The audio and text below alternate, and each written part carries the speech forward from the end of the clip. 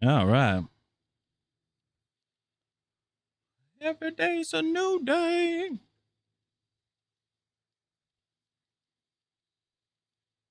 I won't take it for.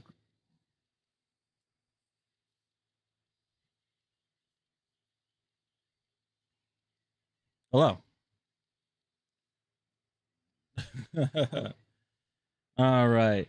Uh yeah, this is gonna be a little awkward. It's gonna be weird. YouTube on the YouTube side, you guys probably see from my background. Usually it's a lot wider. Now we're pretty narrow. Um, doing a little experiment this week. I'm gonna try. I want to do a comparison. I'm gonna do a week of YouTube streams on the vertical platform, vertical side of it, and just to see the difference. See the difference of like hours and things like that. So we're gonna try that. Um, so YouTube, you guys aren't missing anything. It's just is if it looks funny, yeah, you guys are in vertical format, unfortunately. Um, now what I could have done was I could have done a um I could do a vertical stream, I could do a horizontal stream at the same time. Then I can do a Twitch stream. Okay, so let me back it up. So I could do Twitch, I could do YouTube regular, and I could do YouTube vertical.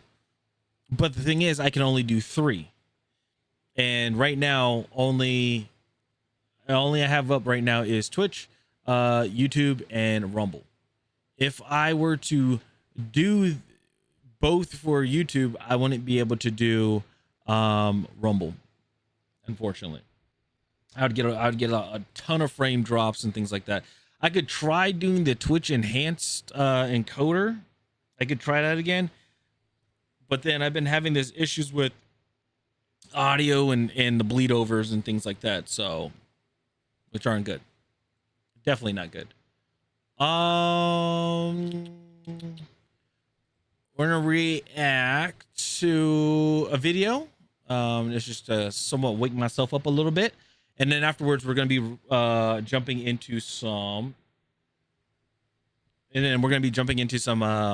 Battlefield. We're finishing the M39 tonight. That is a for sure thing. We're finishing it tonight. Also, on top of that, we're gonna be recording it as well, live here on stream. So yeah, it's gonna be a very interesting time. What am I also missing on here? Okay, never mind. But yeah, that's what we're gonna be doing. So M39 EMR will be done tonight, and I can't wait. All right, so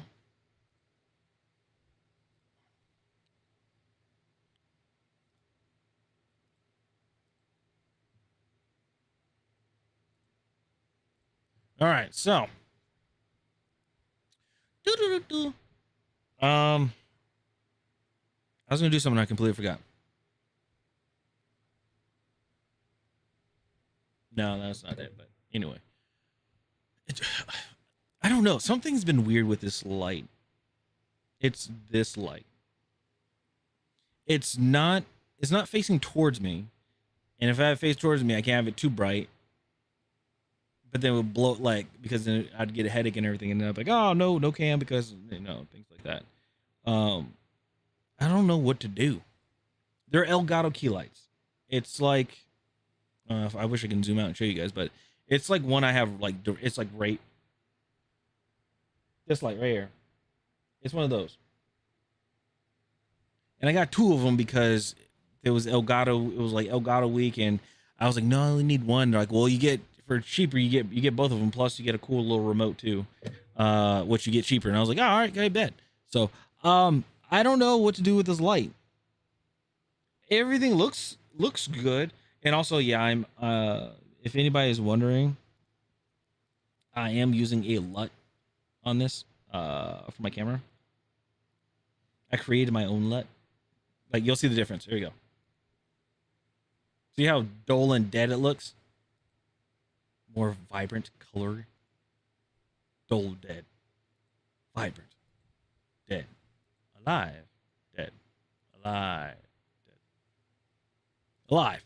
Anyway, yeah. So yeah, LUTs are very, very, very nice to have. Anyway, yeah. So I'm trying to figure out this light thing if I want to do that, because then again, I'm like doing thumbnails, and when I do thumbnails, all I do is I just pull up OBS, take a picture of where I'm at, and then like I remove this part because I just use a background remover thing on that I found on the internet, completely free.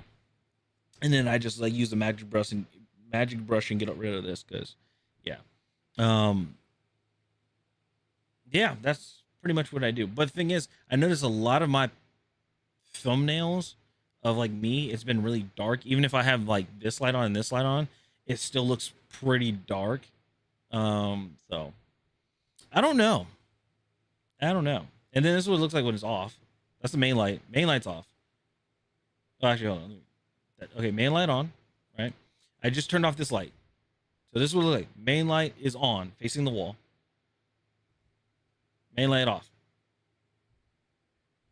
Pretty well lit, like, well, because it's screen, right?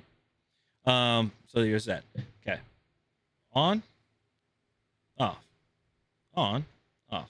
Anyway, and then if I do both of them, there we go. Now I'm going to turn this one off. It's supposed to light this side of my face. You see?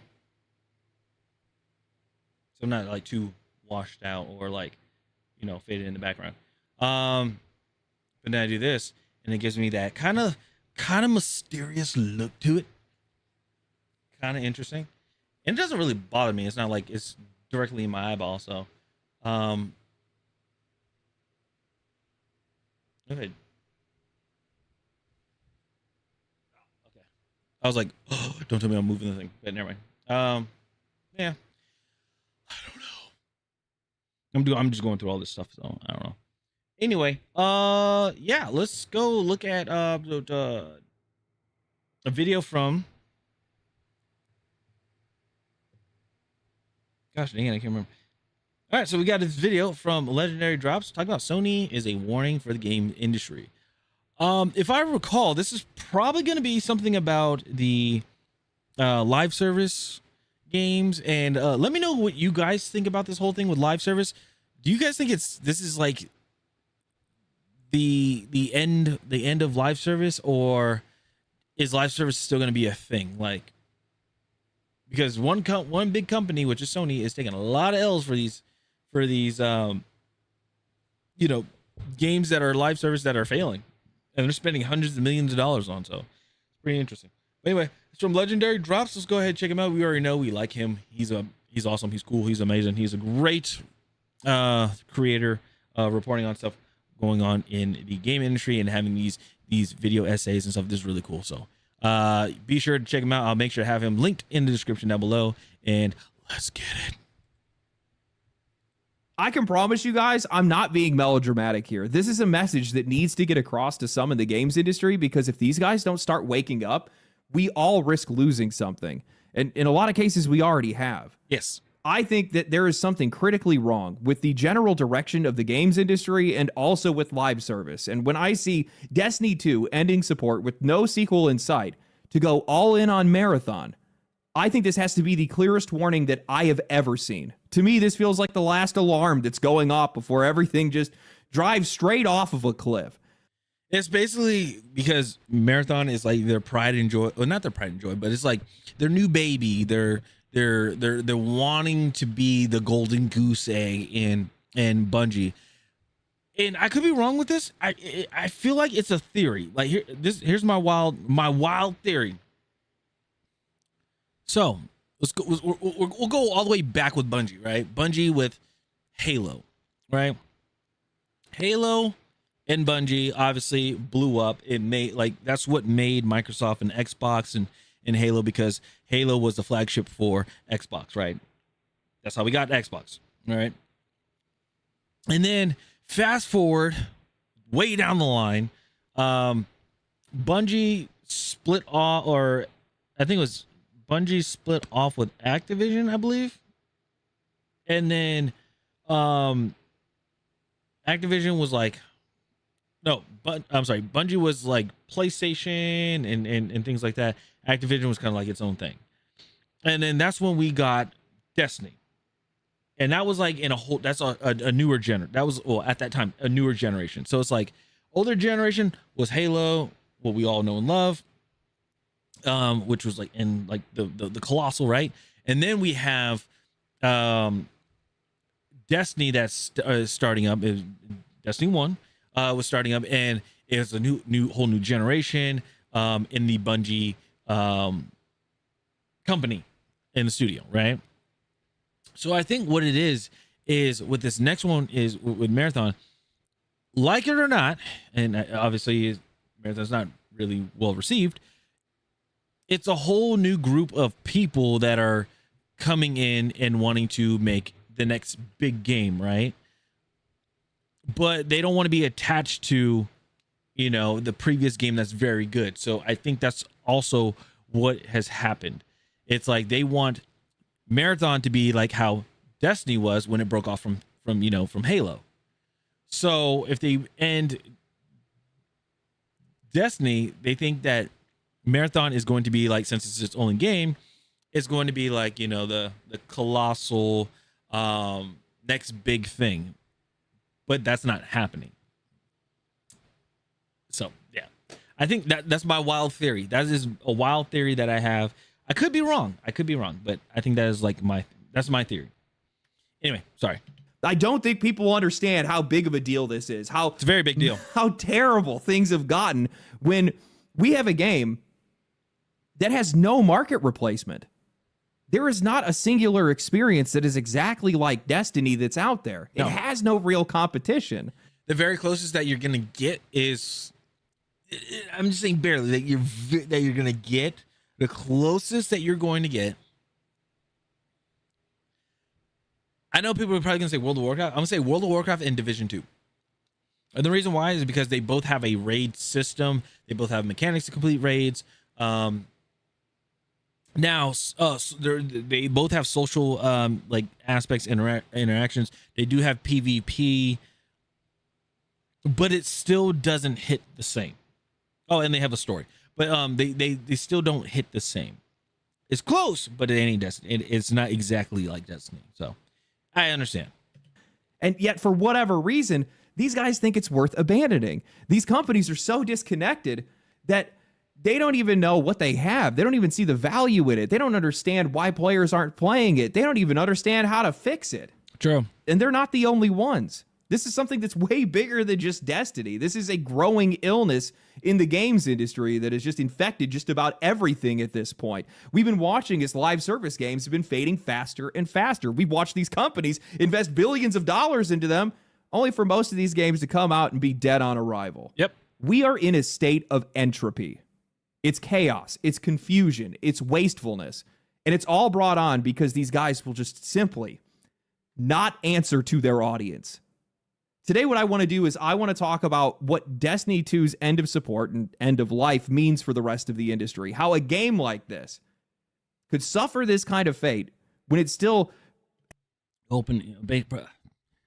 Unironically, you literally just open up the floodgates. You open up the gates of hell to just complete chaos and anarchy for the gaming industry, because you literally. This is like you literally like not the whole company as well, no, a company as a whole, but like really looking at it, it is the higher ups that are just ignoring the player base that makes them the money. They're ignoring them, saying, no, just put this in here. It's going to make a lot of money.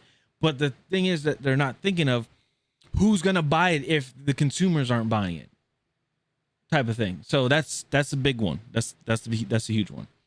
And then they try to push content creators so much to be like, hey, you please promote this. We'll give you a bag or whatever. Please promote this. They obviously, and the content creators, they get their bag, say the game is good, get their bag, and then they dip. And that's it. And doesn't really do anything. Anyway, has every reason to exist. Why live service games are failing faster and faster, and laziness.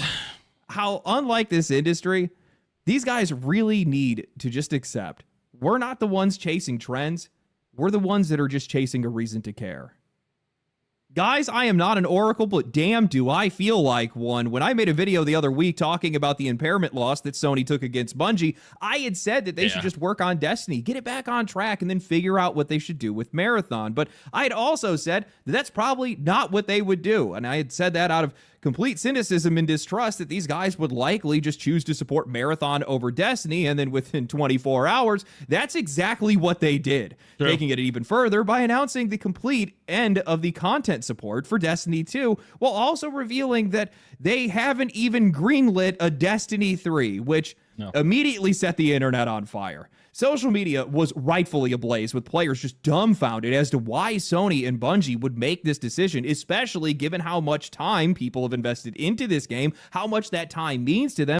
And again, just reminding people, it's not that the game's not completely dead. It's just not having development. And I understand it still, people are like, oh, but we're not getting new content and stuff. Understandable. But at least the servers are still up and you're being able to play it. It's not like, gotta say it again, it's not like X Defiant where the servers are completely dead. It's not only there's no maintenance done, but servers are completely dead and we cannot access it anymore. Because believe me, I would be playing that still too. And also how much money people have spent on this game. Spoiler for the whole video, I don't know what they're thinking. I spent a good amount. Now look, while I am not wishing for the death of Marathon, choosing to support it, of all games, while turning your back on the franchise that objectively has more players, has defined your studio for over a decade, funded these projects in the first place, and has a proven audience, makes absolutely no sense to me. I mean, Destiny 2 just hit its all-time peak only 2 years ago. That game is obviously not suffering from a relevance issue. Bungie just hasn't given people a reason to care. Now, I've spent a lot of time thinking about the ensuing layoffs at Bungie, the end of Destiny 2, and the decisions that both Sony and Bungie are making right now. And the more that I look at this, the more it just feels like this path is going to lead to the dissolution of one of the most influential studios in this industry. This could very well kill them.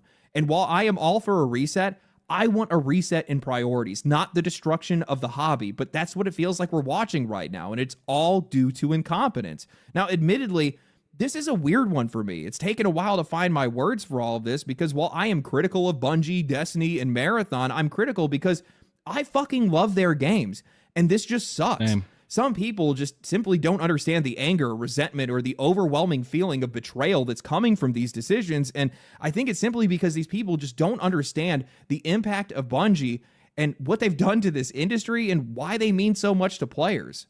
What we all feel right now, if you guys have played Destiny 2, we all feel like Cade right now. Like, if we all feel like Cade, I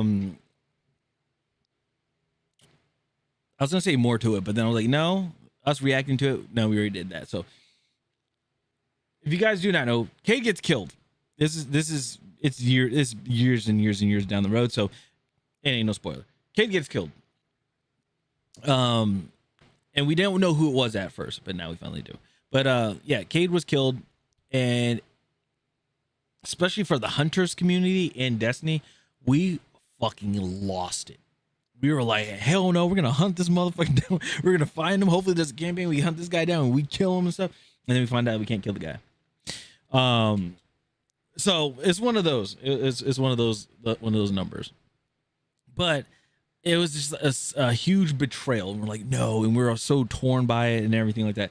Now it feels like we're Cade, and we're being and the enemy that's, and the person that's pulling the trigger, killing us, is Bungie.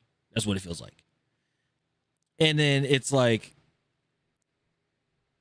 I was gonna say the community, but then it's like the gaming community are the people that are like watching us. They're like, damn, like the Destiny community, they just got killed by their studio, you know, by Bungie. And all they did was show nothing but love, and they're getting killed off. It's crazy. That's what it's like. I mean, Halo quite literally defined an entire part of my life. My old jacket that I used to wear to metal shows is covered with Halo pins and patches and the words, "I am the other red dot," written on the back of it because I was such a dweeb. I guess I still am today. But man, I loved it. I lived it. All those nights of playing split screen with my friends, sitting in Xbox Live lobby, staying up all night, going to midnight launches. Most of my favorite memories. Back when the only cheat that you had was screen peeking. Remember that? Now we got freaking walls and hardware devices that people plug into computers and Xboxes and things like that to cheat. It is ridiculous.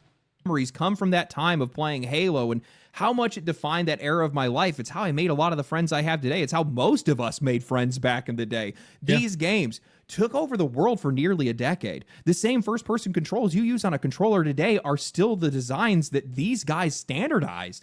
These guys were pioneers. They were legends. And also with Halo, they did a they are the very first game to do a first person to third person camera transition when you're getting into a vehicle. They're the very first to do that. And I believe they are the very first game to do triggers for controls for when you're ADSing and for when you're firing. And then later on games started doing it for ADSing and things like that. So also another thing. And then Destiny happened. Destiny, man, the minute that this game was announced, you would have thought we all died and gone to heaven. It was the dream game. It was the amalgamation of ideas that almost never happened. You had the people who came up on Halo while World of Warcraft was enjoying its peak at the time. And suddenly here we are now getting an MMO that's going to play like Halo. Like, what has actually happened? A game that plays like Halo and is almost like it's kind of like World of Warcraft. If you were a console player, I mean, no, because Destiny 1 was on. Hold on, I believe Destiny 1 was only on console. Was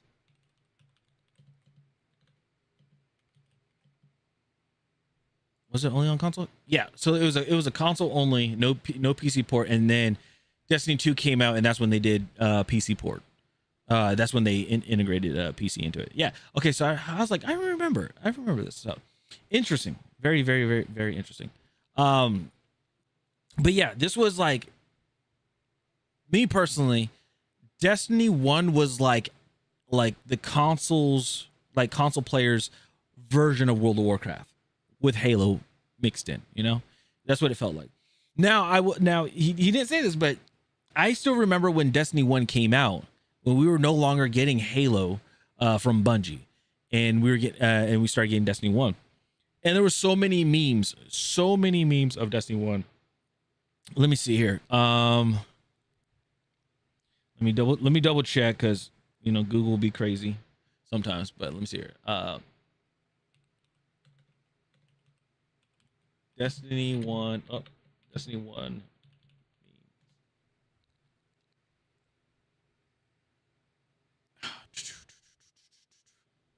This is the big one I've seen. Where'd it go? Okay. So these are pretty funny. So PlayStation fans be like Halo 2, Halo 3, Halo Reach, and then Destiny. It said Halo sucks, Bungie sucks, Halo sucks, Bungie sucks, Halo sucks, Bungie sucks. Oh my god, Bungie is awesome, because Destiny finally went to PlayStation. When 343 makes a good Halo content, Halo community. Wait, that's illegal.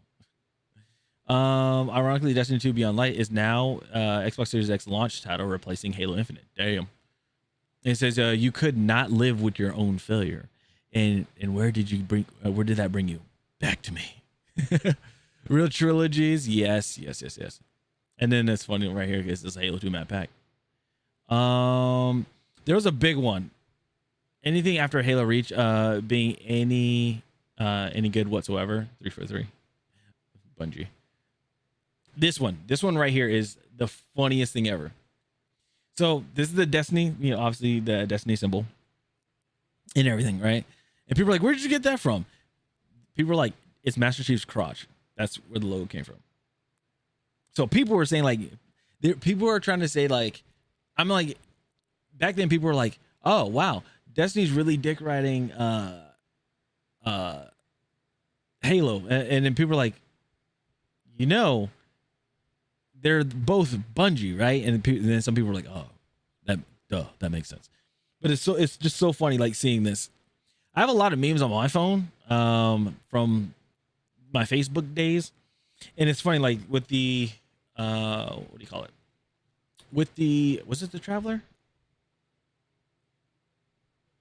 Yeah. With the Traveler, it is so funny because it's like,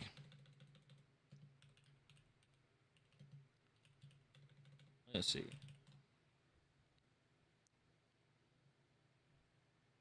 Do they have it on here? I'm like trying to do a quick scan. No. Wait, Traveler.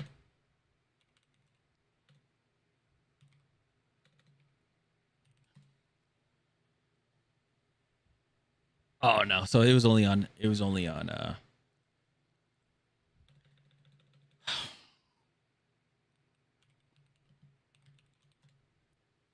Okay. Yeah, so they only have it on it was only on Facebook. Nah, it's no longer a thing. But it was so funny because it was like one was like a Pokeball for the Traveler.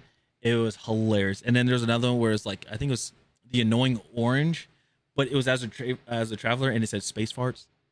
And then oh my goodness, and then Master Rahul, oh my goodness. He was annoying because they're like, "Oh, you got legendary engrams." And then they're like, "You get uncommon." And everybody knows that story.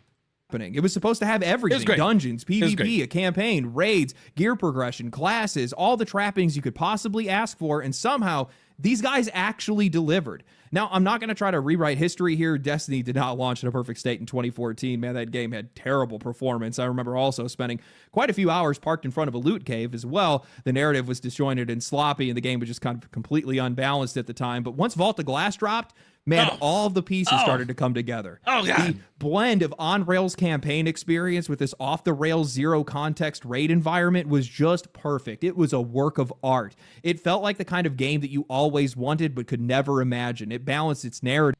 If you want to have a really good like MMO type of game, put raids in it. Put raids in there. Really focus, like not like put a good amount of effort into doing those raids.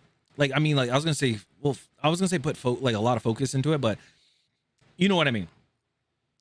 Put raids in there because that's what a lot of people enjoy with games like this is getting your gear, getting your gear to a strong enough level, and then starting to do raids. That's the fun. That's like the great part about it, and that's like the most satisfying thing because you go through trial and error, going through each little boss. And then go to the big boss, and then you get your ass whooped there. And then after when you're done, you get like cool raid gear at the end. So it's like that's something that they should like. A lot of these MMO games and things like that, they should do that. Like they should really look at Destiny as a blueprint and like incorporate those things. Because like I'm gonna say probably if Marathon were to do something like this, where it's still like extraction shooter or whatever. And like they're adding in their PvE, right? But was it the Cryo Archive where you have to go in and do some stuff? What if they made a raid out of that somehow, where it's like you're fighting these whatever the robots are? What if you're doing that? Arc Raiders, what if you're doing that too? Like you have the raid, like the raids and stuff, but like what if it was like a series of bosses that you fight? I'm not if they have that, okay, cool. If they don't, why not implement that? Why not try that? You know, type of thing. If you're going down the PvE route, this is something to improve PvE. Helldivers too. I mean, they're not going to give you any gear or guns, but maybe they can get you a cool cape that you complete the raid in the like a Terminated raid where you got like I don't know the big old giant worm thing that you see. You have to kill that. You have to like destroy like a home planet from them, something like that. Like do something like that, and that'd be kind of cool. Automatons, they can do the same thing.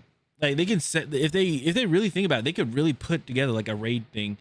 And you have 4 people, maybe you can add another 2, or if they really want to do it, add in another 4. So you got a total of 8 people in your game. I mean, Division 2 did it for their raids. Do that, and then like it'd be pretty cool. Like I think people would actually play that.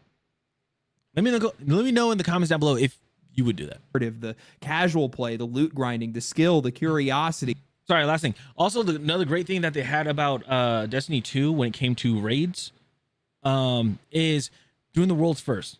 You beat world's first, you got recognized and you're immortalized in the game. On top of that, you got championship belts. If you're a world's first, you got a championship belt, which is sick. In ways that honestly very few ever games have. And it left you just completely unaware of where these guys were going to go next. These games were just so fun to play. It controlled like a dream. Bungie's gunplay is just absolutely unbeatable, even still today, even with Marathon. My friends and I would just stay up every single night, skipping school, skipping work, crafting builds, hunting for gear, building out a clan. We just could not stop playing this game. There was just nothing like it. And honestly, all these years later, there still isn't.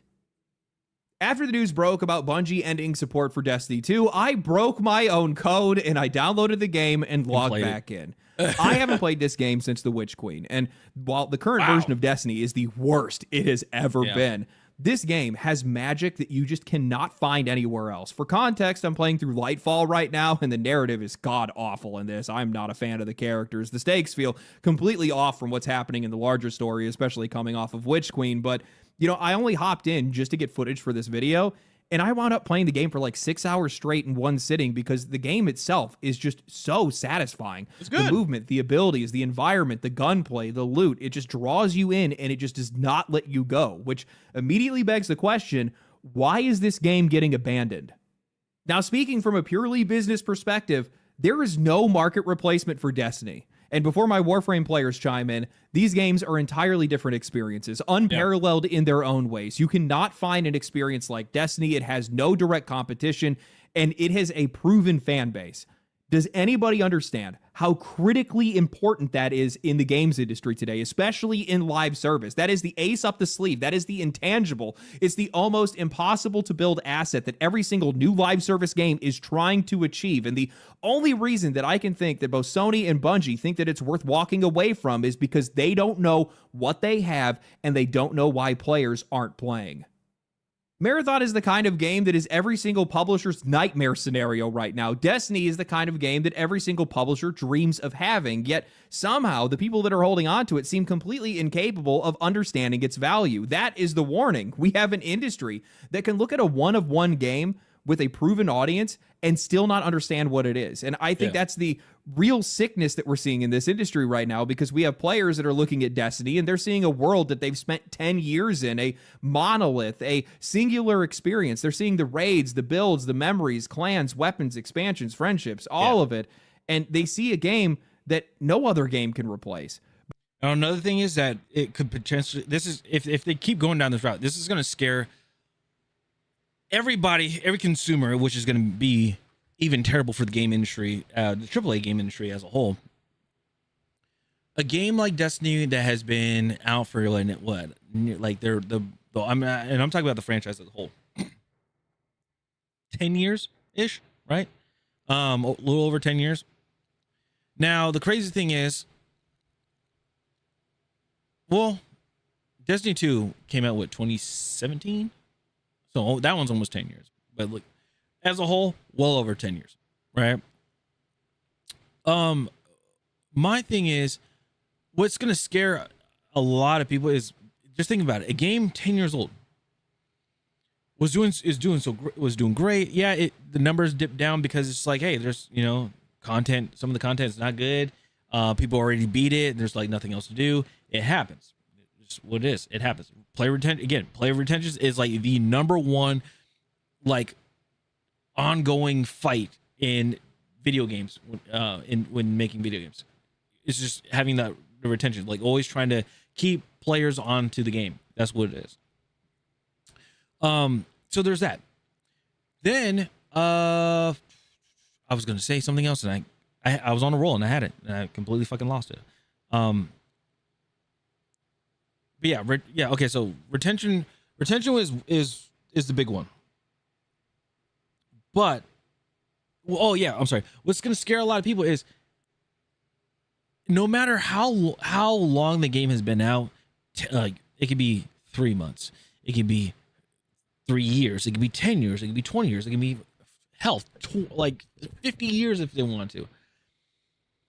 This is gonna put the negativity in people's minds and skepticism of every time a live service game comes out, people are going to be thinking in the back of their minds. It's going to linger there in the back of their minds. When is this service going to get shut off? So that's why you got people that do not want to buy battle passes or like spend on microtransactions, which is, I mean, it's valid. Because the thing is, you buy it and then your game gets shut down. You don't get the money back for it. Literally, it's like buying. Basically, this is buying an NFT.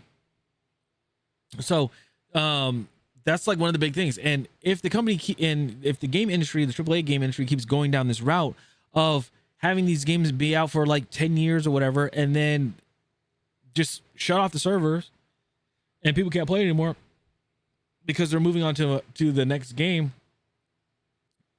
I feel like your player base is going to drop down even more. It's just going to keep dropping down, down, down, especially in today's economy where it's like, it's hard for people to get jobs. Everything's so expensive. A lot of people don't have, because of how everything is so expensive, just for basic household needs and everything, people have to work overtime for their jobs and everything, which means they don't have time to play video games. The ones that are able to play video games are the ones that are fortunate enough that are either doing content creation or YouTube for like for livelihood, and they're actually making good amount of money for it, or hell, you are rich and you won the lottery or something, things like that, or somehow you have some sort of inheritance where you can just live comfortably. You don't have to go to work. It's just one of those numbers. So that's a very big issue when it comes to the game industry. Is overall, if they keep going down this route, people are gonna be like, I don't know if I want to get this game because I don't even know if the game is going to be around that long. That's the problem. But the industry thinks that they can. I think the industry is looking at a game like Destiny and they're seeing baggage. They're seeing this expensive game with an aging audience, a frustrated community, a complicated content structure, and a brand that needs repair. And next to that, they look at Marathon and it looks a lot cleaner, newer, easier to pitch, easier to monetize, easier to sell as their future. But I think that's the problem here. The hardest thing to build in live service is not a roadmap. It's not a store or a seasonal model, or it's definitely not a monetization structure, that's for sure. It's just a reason for people to care. Destiny already had that, and if this industry can, because what you do is you build a core game, and then you build like core gameplay, and like you have your design pillars building your core game experience, and then you see what people like about it, what people don't like about it, and then the stuff that people don't like about it, you build up on, and then you build up on it and see if they like that. If they do, okay, cool, improve on it, and then it's like, okay, this is good. All right, let's start. If we want to add a story to that, let's start putting some stories in there. Oh, they like this character. Let's keep this person in the story. Let's keep continuing the storyline. Oh, well, they want something shocking to happen.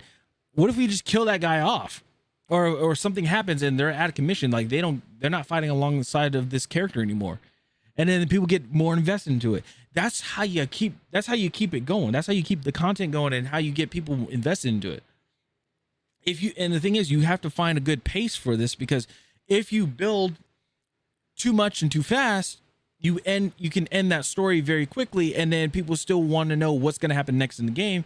But if the next part in the game doesn't really doesn't like relate to the previous one, dude, it's crazy. It is crazy. Like, if the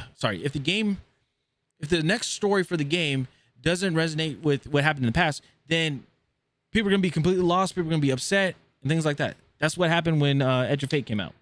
So, yeah. Hey, Con, what's going on? Got you up while I wrap up work. Damn, that's crazy. Look at one of the only games that ever truly earned that kind of investment and still convince itself that it's a safer bet chasing the next trend. Well, then the problem isn't Destiny. The problem is the people that are making these decisions no longer understand where value actually comes from. Suits. I've seen a lot of the debates online between Marathon fans and Destiny fans and Marathon fans. I don't want your game to die. I'm sick of players losing games. Nobody wants to die. But you guys are getting mighty lippy over a game that couldn't even beat the peak concurrent player count of High Guard.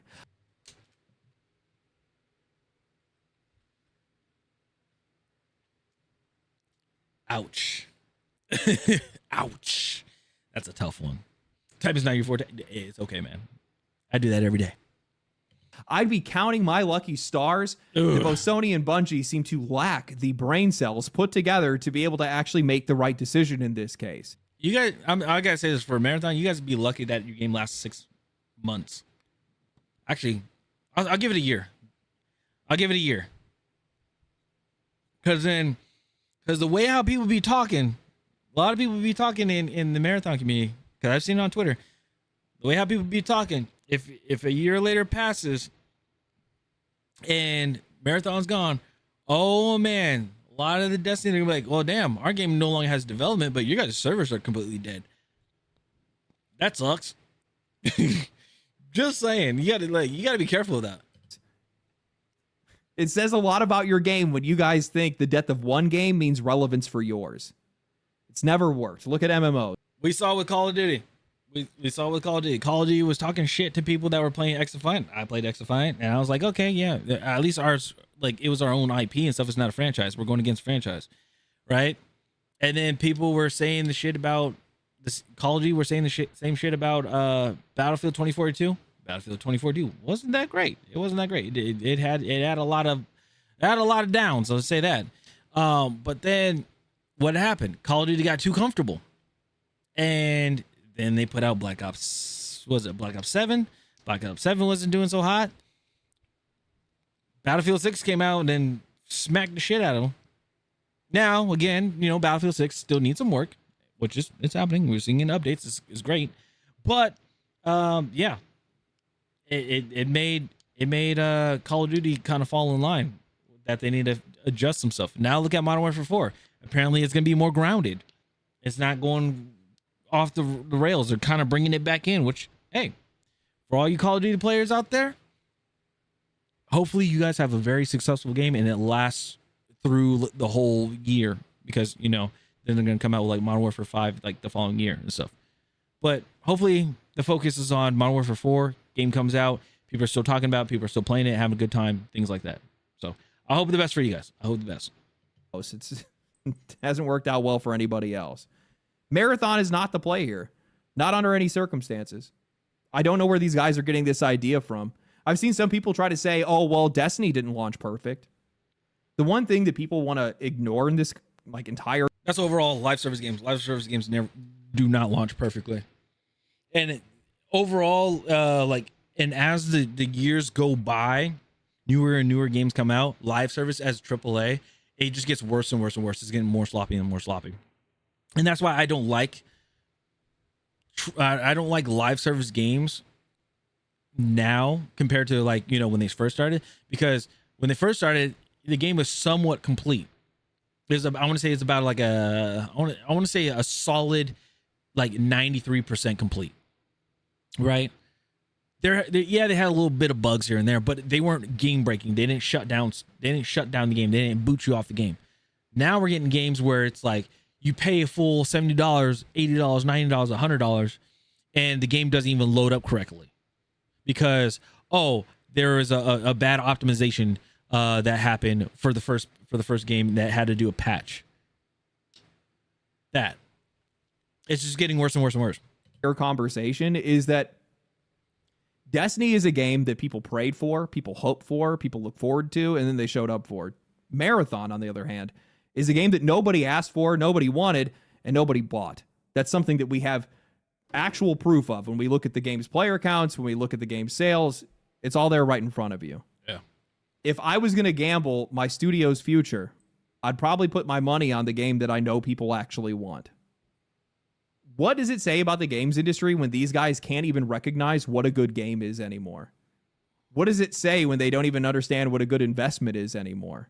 Because we've been suffering through so many live service failures to the point that honestly, I think that I might be making more money off of these games than these guys are with their own sales. Hey, and that's definitely not how this industry is supposed to work. What are these guys chasing if they can't see what's right in front of them? What does that mean for the future? They're chasing a trend or a money tree that doesn't really exist. That's what it is. It's how when they say the modern audience, when we had the whole thing a few years ago, and there's all these woke games that were coming out and they're like, oh, it's for the modern audience, but when the game releases, nobody's playing it. They're like, oh, well, it's for the modern audience, but we're like, who is that? It's for corporate or for the suits, it's they're chasing the modern piggy bank, that's what it is. The modern piggy bank. We can't see it. Somehow they see it, but it's not there. It's not there. It's not there. Because we're like, well, if you're not getting money from us, to keep the game going and to keep your studio profitable, then who's doing it? Like, where's the money going to be coming from? Type of thing. And that is a big mystery. I think that we are definitionally in a state of entropy. It's chaos, it's confusion, it's wasted energy, or in this case, it's a lot of wasted money. It's a mature system that's losing coherence. It's something that is just, falling apart right before our very eyes because these guys are losing their identity. They're throwing anything that they possibly can at the wall, and all they're doing is just creating more chaos instead of any sense of stability. True. And it's not just Destiny. It's nearly all live service games. It's pretty much we're almost in the realm. Actually, I guess it's in the starting stages of the big bang of the AAA industry. All the big colossal games, minus Capcom, the gravity, the energy of all these stars are starting to really expand. Yeah, they're really expanding. I'm not saying big. Yeah, no, Big Bang. The reason why I said at first I was like saying gravity collapsing, but that's a black hole. But what they're doing is they're expanding, and some of them are probably going. Some of them are red giants. I don't think anything is supernova yet. Yeah, nothing is a supernova yet. But they're getting close, and I mean like this, like Ubisoft and things like that, because they're really banking on like trying to, they're really trying to bank on these on Assassin's Creed Black Flag Resync. They're really banking on that, hoping that will help them out. Then you have Activision with Call of Duty. They're trying to do that to help to level it out. EA, hey, I gotta say, EA, they're pretty up there too. Battlefield 6 they're working on Battlefield 6. They're still doing updates on it and everything. But if they keep going down the path that they are now, it will be okay. But if they start diverting away from it, and then the player count starting going down again and everything, then it could be big trouble. And again, we don't want these companies like to die. We don't want them to die, and we don't want them to go away or anything. But there's a possibility that could happen. Okay, so has anybody else noticed that nearly every live service game, outside of what many view probably as like core experiences, are either losing players or actively failing? Yeah. And I'm not just talking about your Concords or your High Guards. I'm talking about some of the most successful recent releases, and even games that we thought were probably invincible. Marvel Rivals is down 90% from its peak. Arc Raiders is down 90% from its peak. Helldivers 2 is down 94%.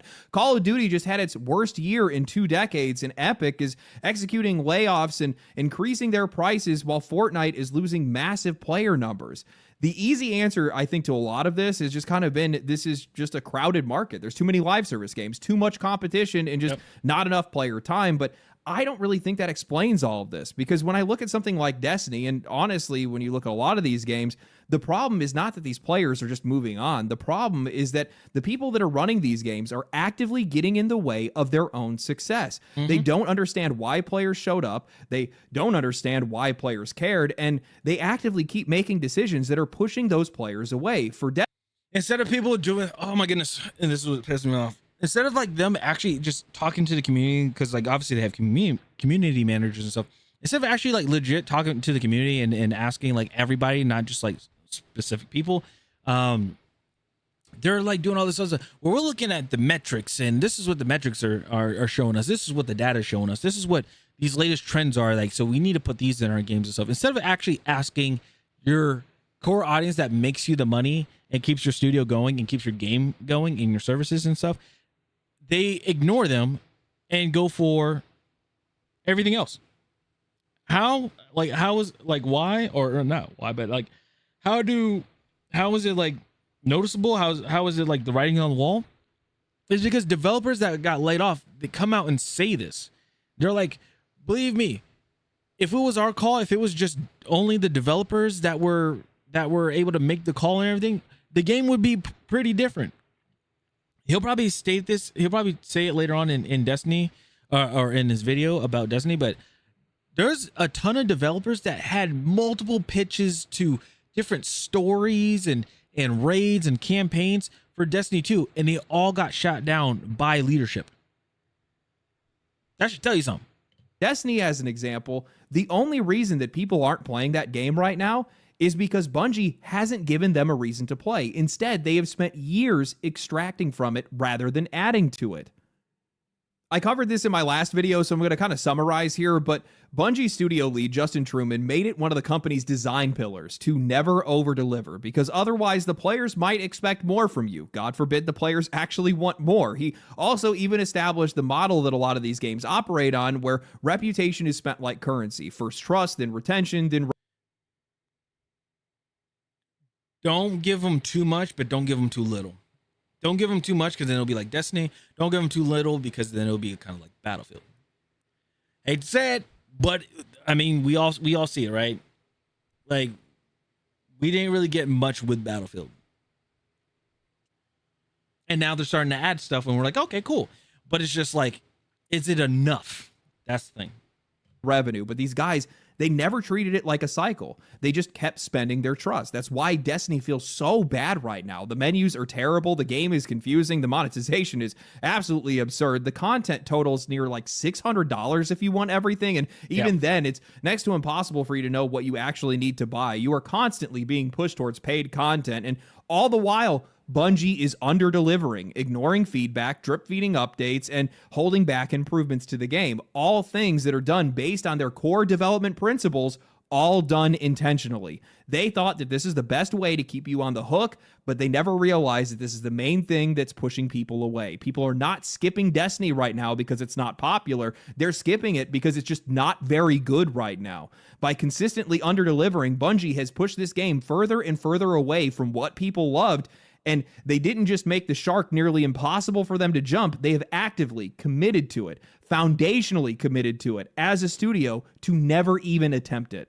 If they stopped at the final shape, if they stopped on the final shape to go work on Marathon, it would be a lot different. And I will constantly say this is because the way how they did final shape, it was like a proper send off to the community, saying thank you for everything. Like for all the years of playing Destiny, and it was ending the Dark and Light saga. It ended there. Now, if you wanted to continue Destiny, like doing Edge of Fate and everything, if you wanted to continue that, that would be great on Destiny 3, because we're on a completely new game. We're in a different new saga. There's a whole new story, things like that. And then what you do in the beginning is just have like a recap of what happened in Destiny 1 and Destiny 2. That's it. You could have done that. But they wanted to keep going. They want to keep milking more money out of people. And what happened was it construed all the it messed up the storyline and everything like that, because people were like, what the hell is going on? And then now we don't have closure anymore. And the game is just like no longer being, the game is no longer being is no longer completed. It's just gonna cut off. And then people are like, well, what the hell? And then now people are mad at Bungie for Marathon.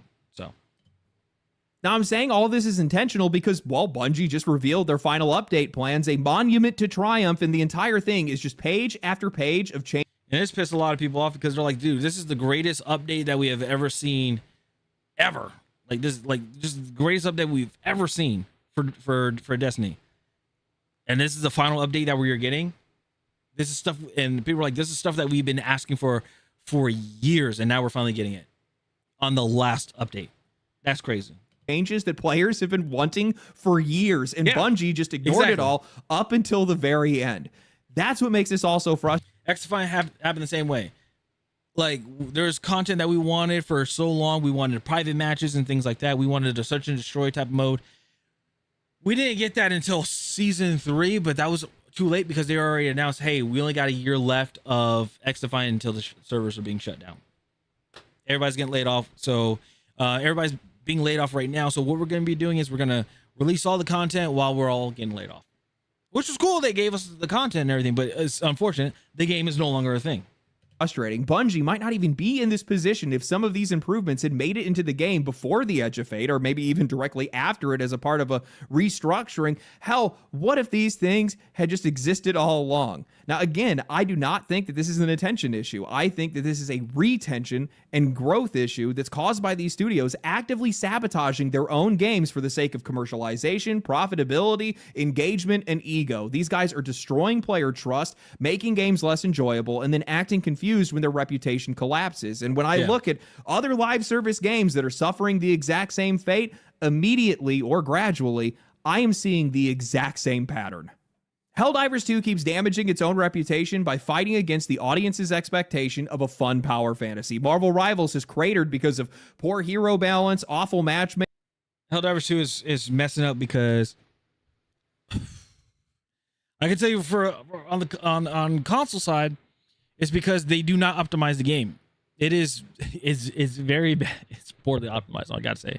The reason why I say this, if you play automatons, too many automatons in one mission could actually damage the frame rate, which will cut it down really bad, causing the game to either freeze or to crash, to kick you back out to the dashboard of Xbox. And it sucks. Sometimes you'll get disconnected, random disconnections. Those happen as well. And it's terrible. It's a terrible feeling. Making and rank resets every single 2 months that feel designed to be able to maximize their engagement in what many players view as just a casual game. Arc Raiders has to honestly be the most surprising one, because these guys found immediate success and they held on to it for months, but they never seemed ready to properly support it once that game actually arrived at that success. The game had an incredible social experience, and it's honestly one of the best multiplayer games in years, but the content was light, it was repetitive, unbalanced, and annoying. The cheating problem went unchecked for months, and systems like Expeditions just kind of made the game feel entirely purposeless. They found the game, they had the audience, but they couldn't respond fast enough or with what players actually wanted. And this is where I want to circle back to that idea of entropy, because that's what it feels like right now.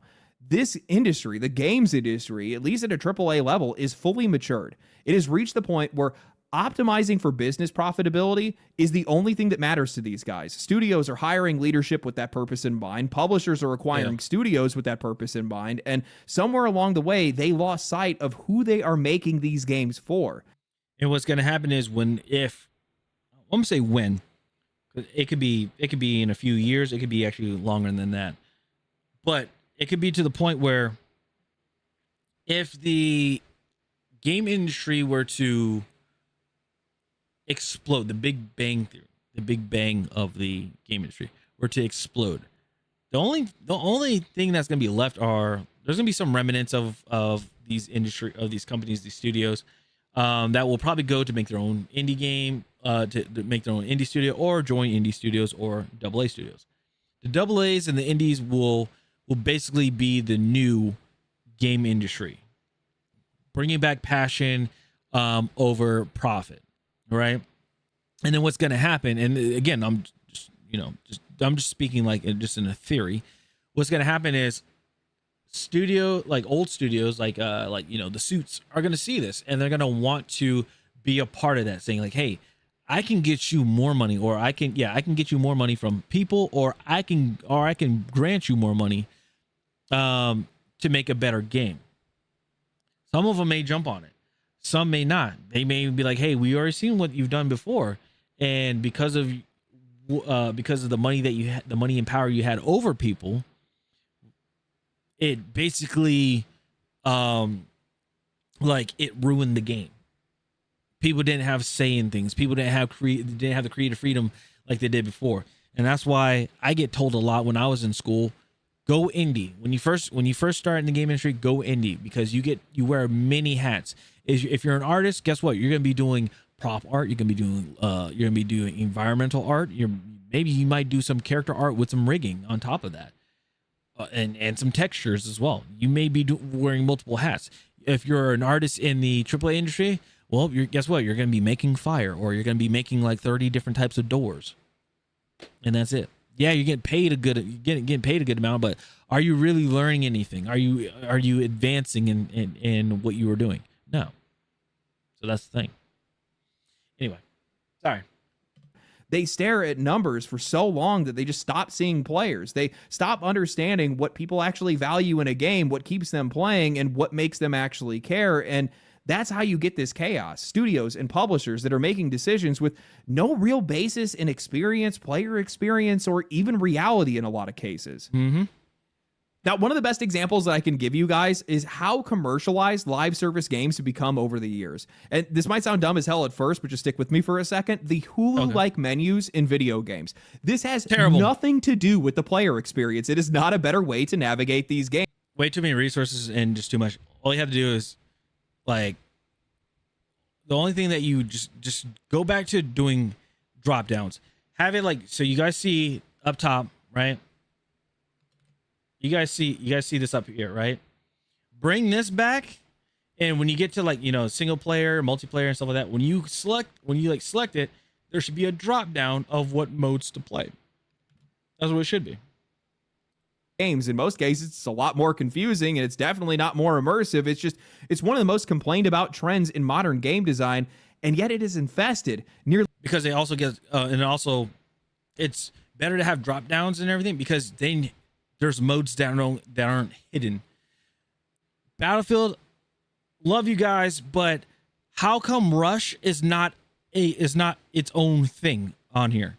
I have to go into custom search, select Rush, and then select my maps that I want to play.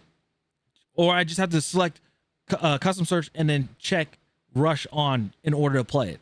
I can't just siphon through these to get to Rush. I have to either go into custom match or I have to go to attack and defend, which is a mixture of Rush and breakthrough.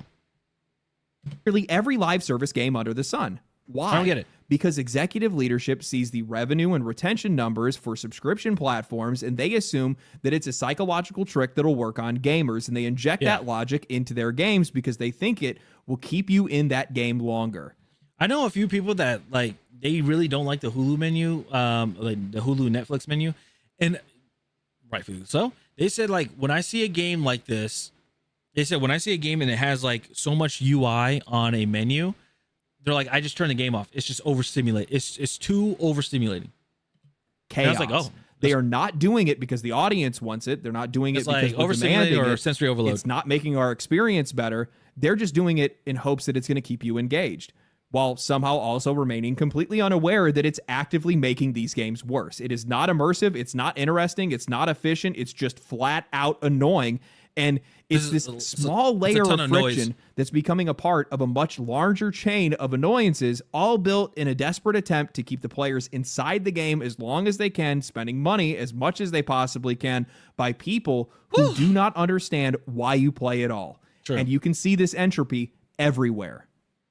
This is exactly why we see more and more parts of games being piecemealed out and turned into microtransactions. It's why these companies keep throwing money at trends, why Sony is betting billions on mostly copycats of existing live service games, while also closing active development on one of the very few games with no real competitive replacement. Every company under the sun that's out there that's making a extraction shooter or a hero shooter, these guys are spinning out of control. They have absolutely no idea what they're doing, and they're just trying to do everything they can except listening to their audience. That's what entropy looks like in a creative industry. It's what they're going to do is they're going trend by trend, and they're going to oversaturate everything. That's what's going to happen. They did with Battle Royale. They're starting to do with extraction shooters. What's next?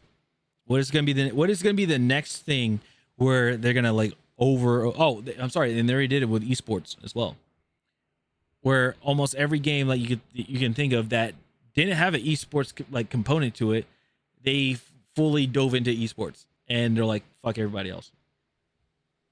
What's the next one? It's going to be co-op? They're going to be like, oh, and now everything needs to be co-op? It'd be cool for the people on the co-op side, but then people that want to play competitive, they're like, well, we don't have a game. Stops creating from conviction, and instead, well, they're just reacting from panic. It's chasing whatever worked last year, copying whatever their investors understand, or stripping away whatever they can't easily measure. Yep. The result is an industry that has a bunch of games that are technically optimized for engagement, but are emotionally empty to play with nobody showing up for them.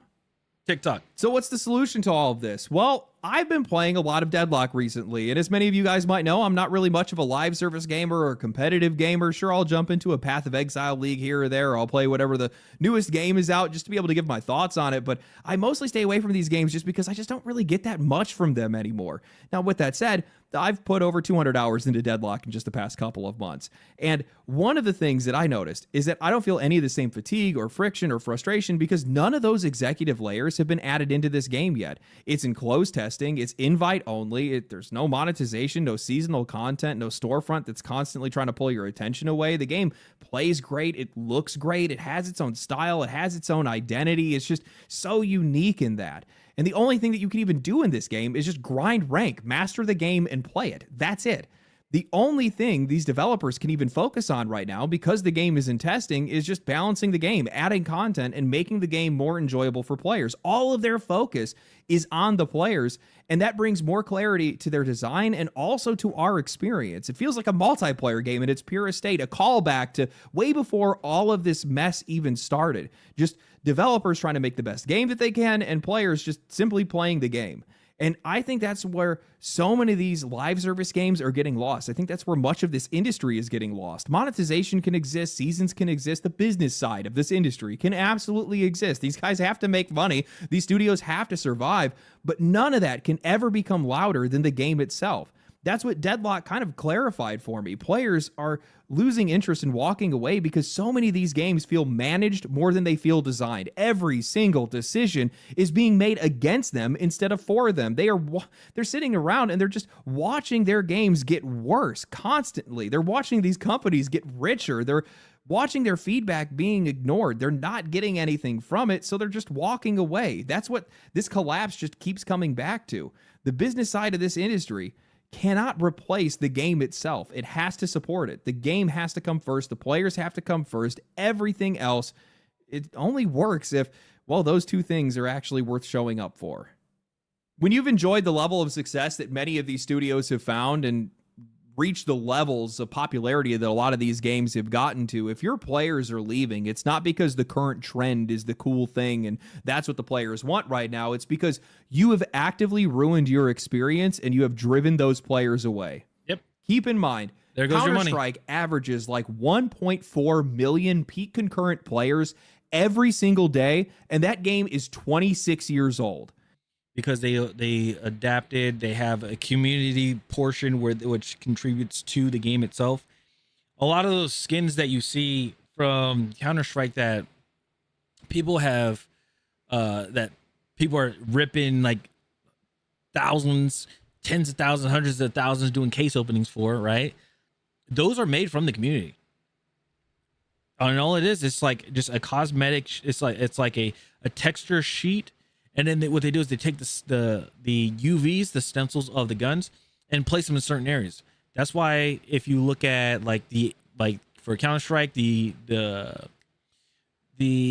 what was it? The case hardened AK-47 pattern 661 is because where the stencil is, the stencil of where both sides of the AK are, because they're flat like this, they're on the blue.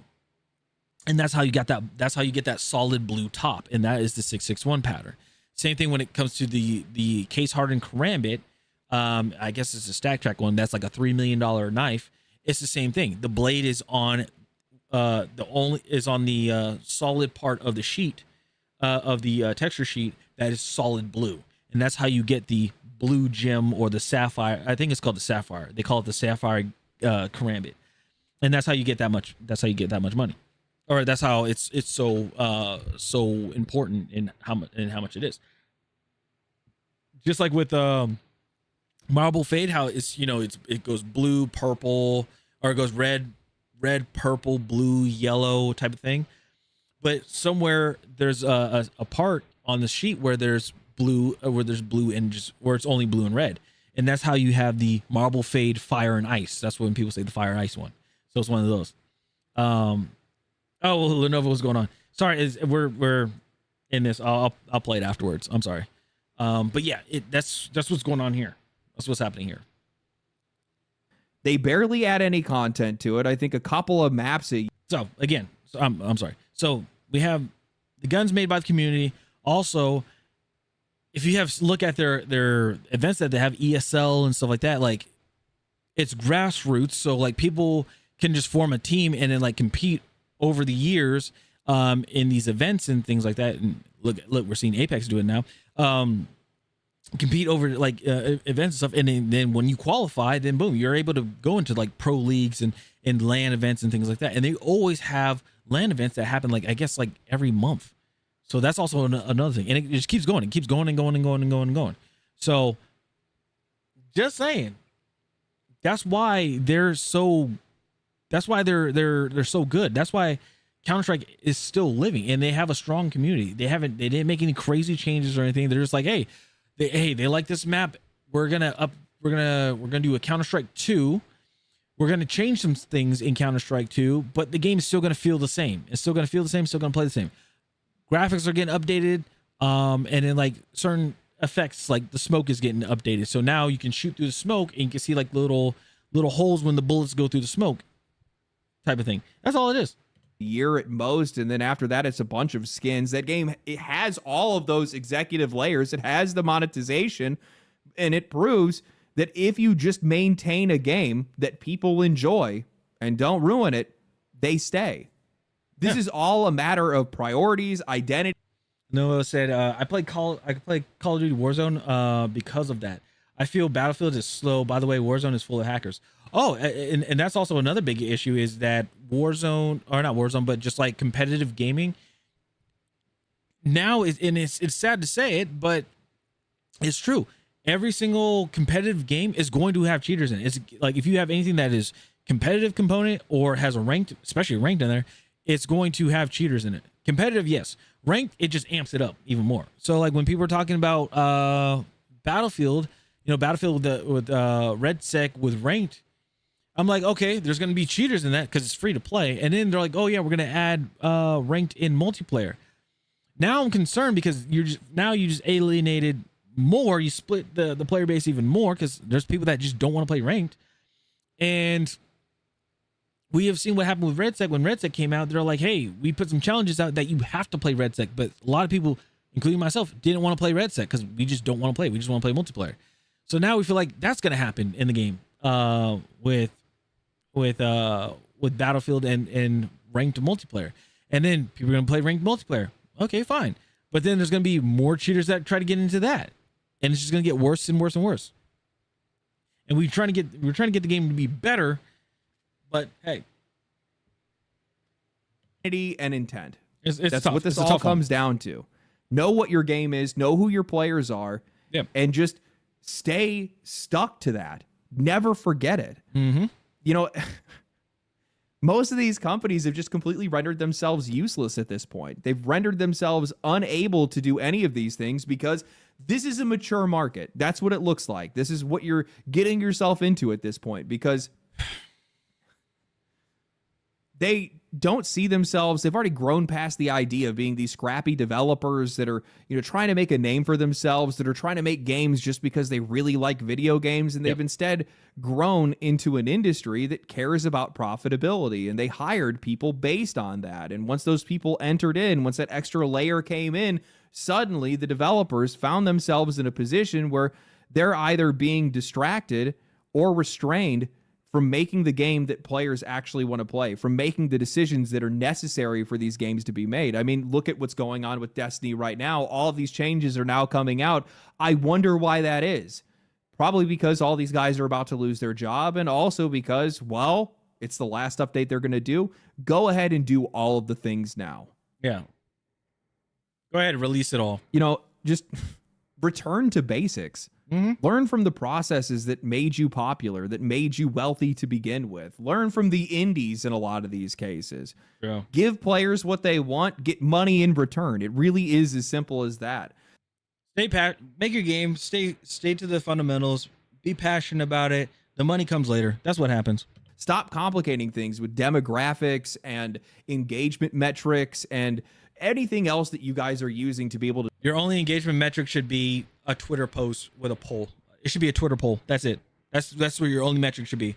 Hey, what do you guys feel about having a new raid that incorporates this faction? 98% says yes, 2% says no.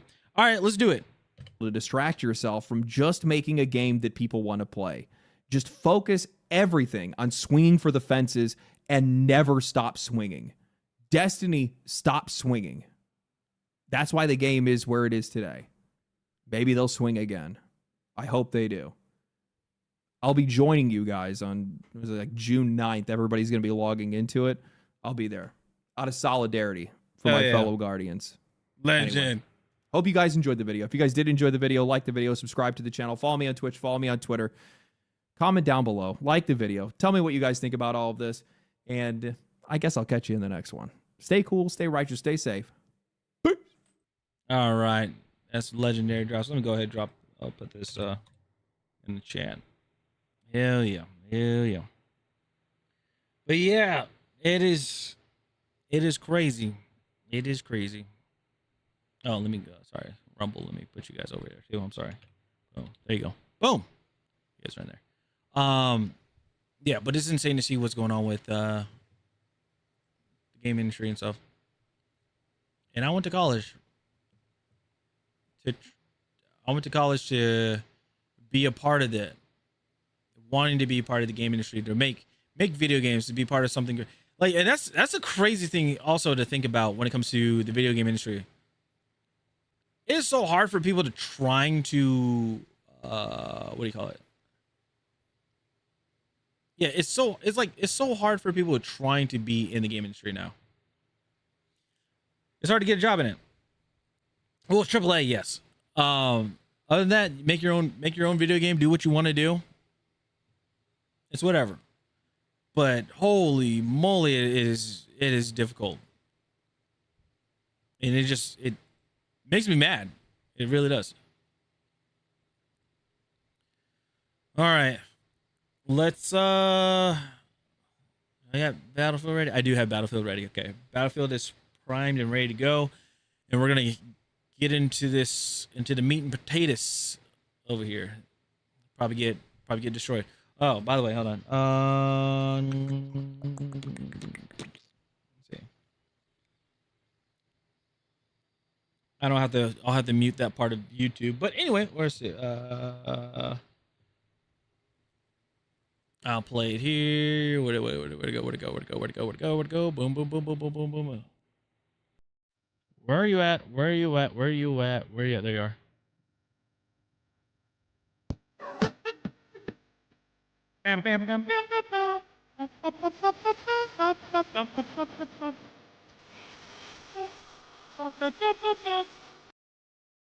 There you go. There's the boom, boom, boom.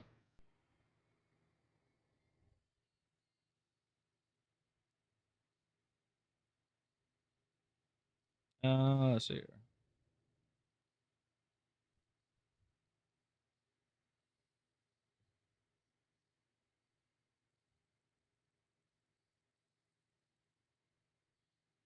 All righty.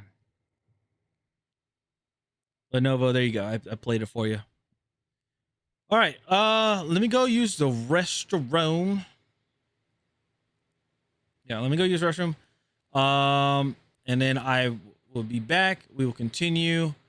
And we will work on the we'll work on the what do you call it? M39, because we need to get that done. So I shall be right back.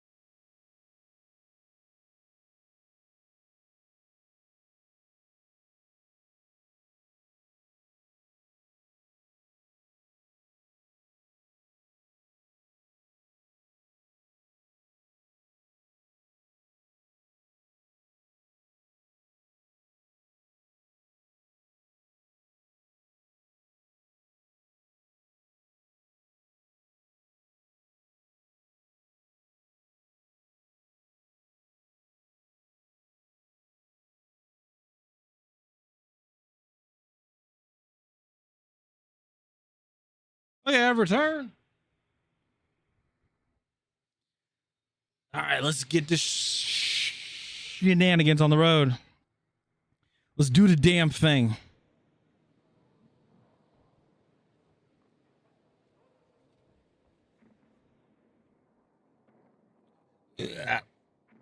Excuse me.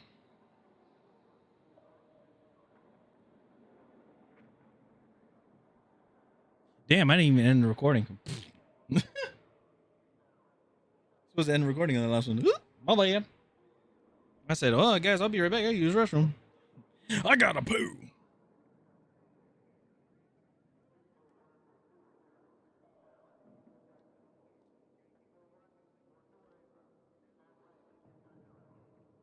All right.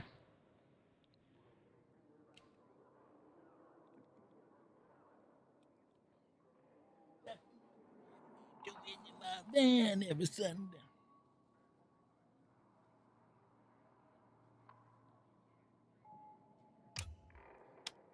Johnny doesn't know.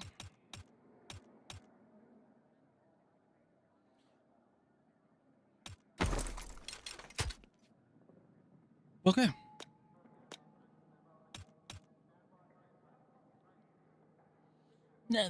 Thumping. All right, guys, here we go. Woo! We're gonna work on the M39 EMR. We're at 48. We're gonna try to get to 50 tonight. Stream doesn't end until we get to 50. I don't care. I don't care if I get mad or whatever. We're gonna do it. We're doing it. What I'm gonna do? I'm gonna go to breakthrough. Also, we're playing on zero aim assist. Why? Because I'm insane. I'm crazy. I'm crazy, man. Playing on controller on PC with zero aim assist. I get respect from mouse and keyboard players, a lot of them. And then people get mad at me as well. They're like, "Well, dude, you suck." And I'm like, "Oh, thanks."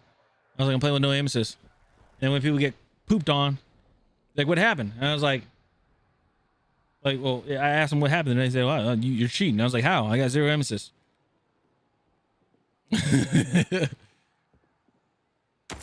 Scotty doesn't know. Scotty doesn't. All right, what do I want to do? Oh, I want to do just one. I want to do. I'll do this. That hurts. So that's what was talking to me.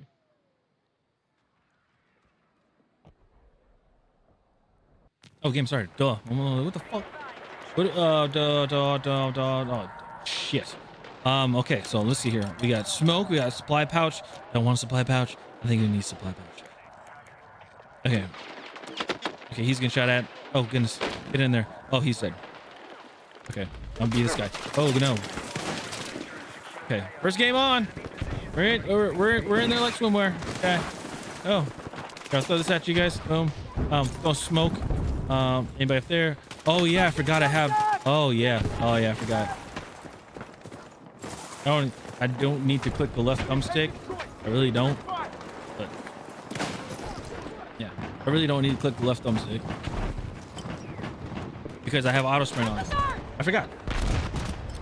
I haven't played the game in 2 days, and I'm like forgetting everything. That's how you know how shitty my brain is. No! Ah! Let's go! Fuck you! Ah. I'm not even. I might as well just give up there.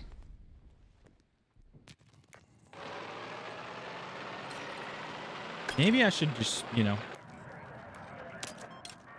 That'd be ideal. Bam, bam. Bam, bam. I didn't like that. No! No! You were an asshole.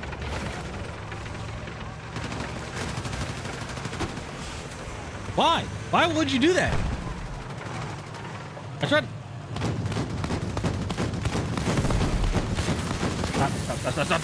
Stop!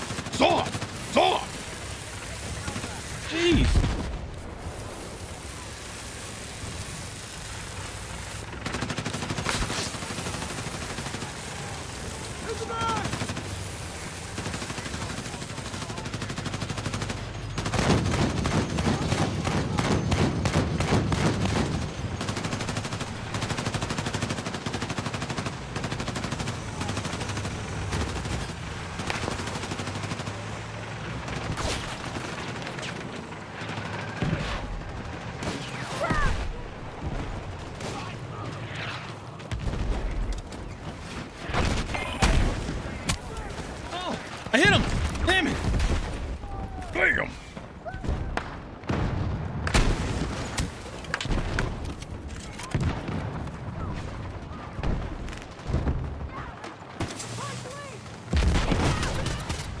damn, I didn't even think I'm.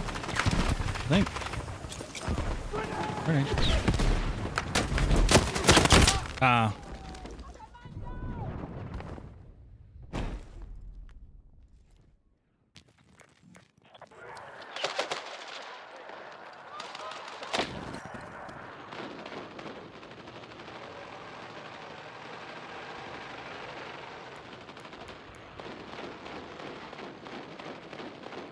Bro, can you move? Like, damn, can you move up?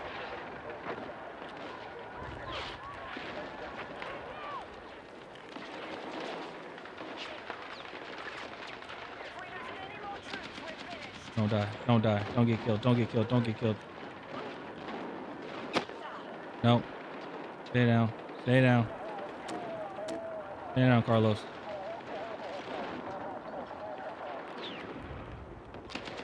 Damn it.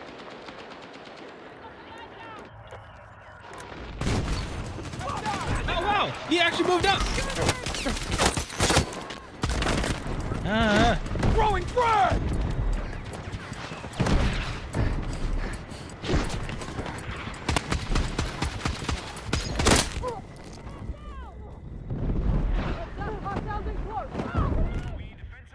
Now you guys see why I don't like DMRs? Or this one at least. He's dead.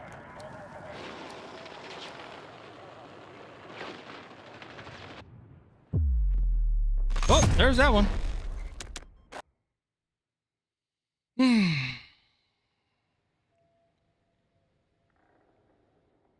Gotta love it. Gotta love it.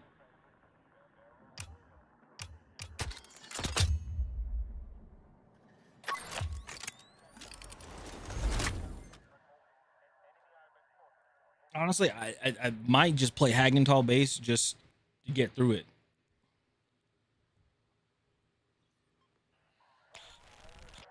Because it's closed. It's a closed area. Yeah, it's an enclosed area, and you don't have to deal with tanks or anything like that. It's just, you know. Let's see.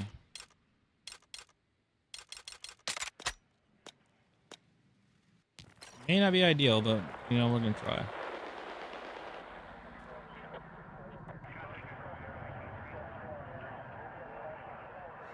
Excuse me.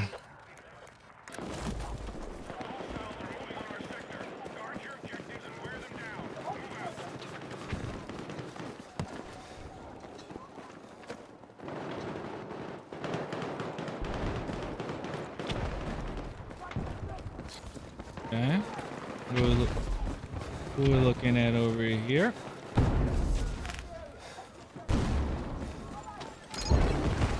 Yeah. Ah, I thought the grenade went through. Didn't go through. Oh, that's not good. Put down. Charge lead!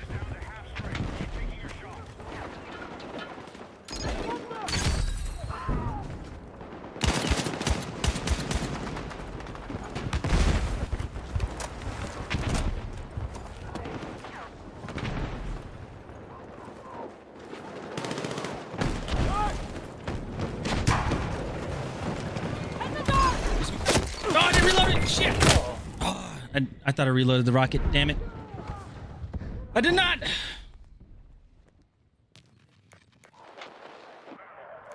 But the tank is... I think the tank's down.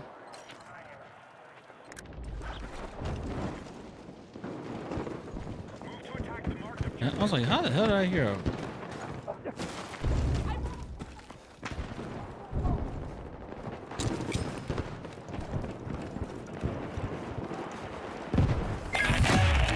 Oh, no. We lost it.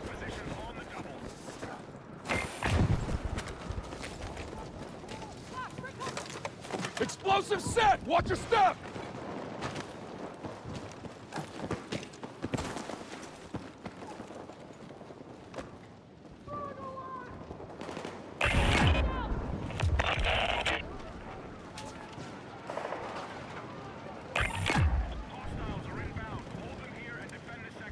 Put it at 200.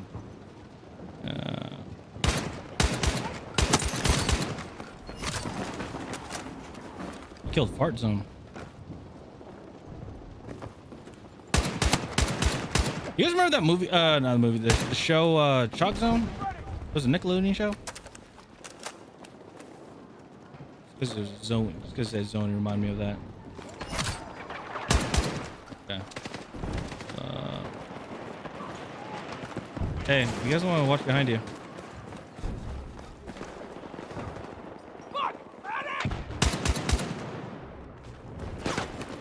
What's in What are you there? shooting at me for?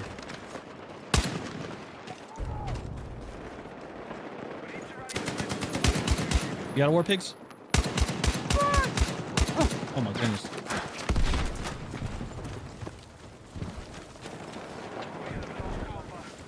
Oh, that's a great one.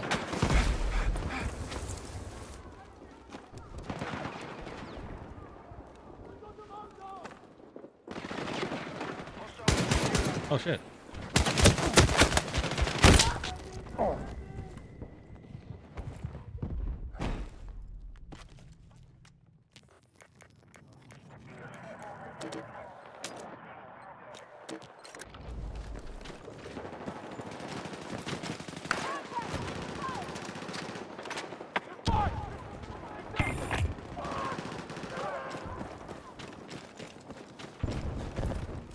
What if I do this? Charge lead!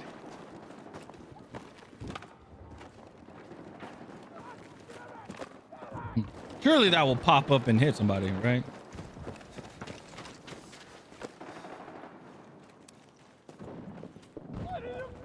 Can you see it? Yeah, they can't see that.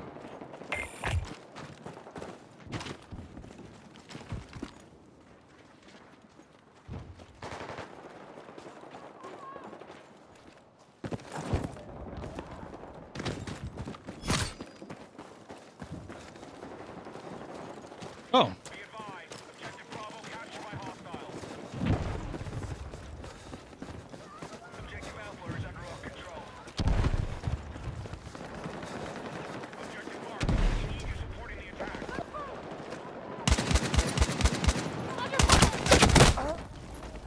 Look at that. It's another.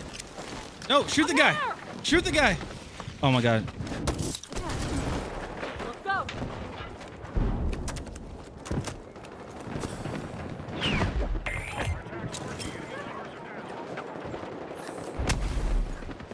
Hit him.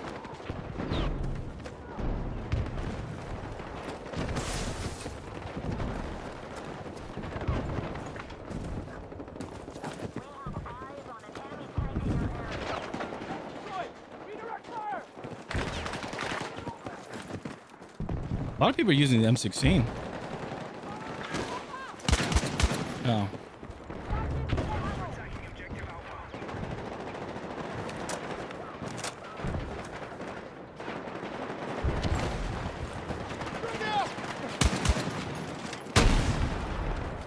Suppressed.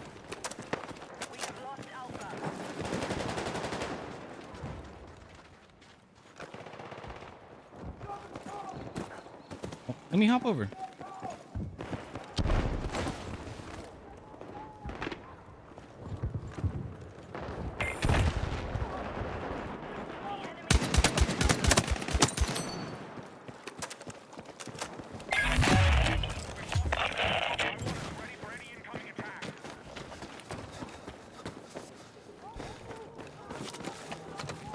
Explosive set! Watch your step!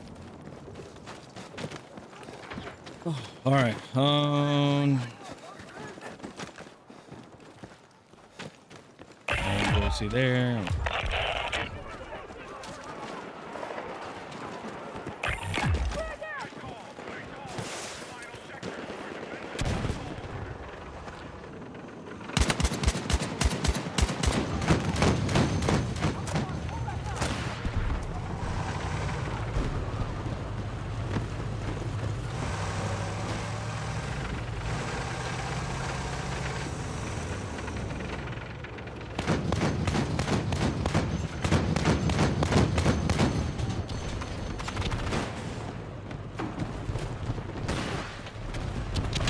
Keep getting a lot of like kick, like build up or whatever because of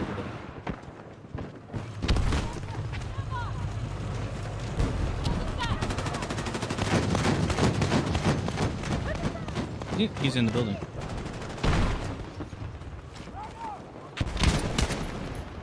Damn it. No! God damn it.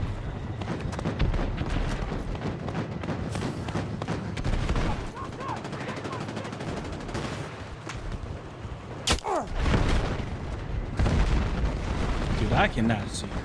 I can't see anybody.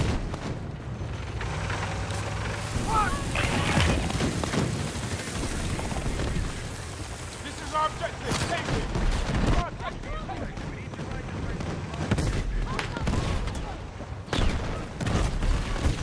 Yeah, I can't see shit.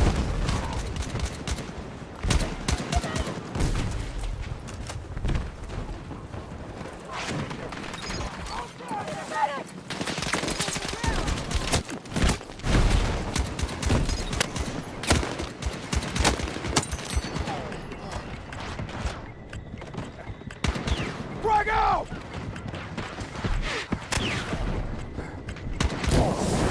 Wait, that grenade did it kill the guy? An 80 and a 20. I know the guy was getting res, so I threw the grenade, but how the hell does that not kill any of them?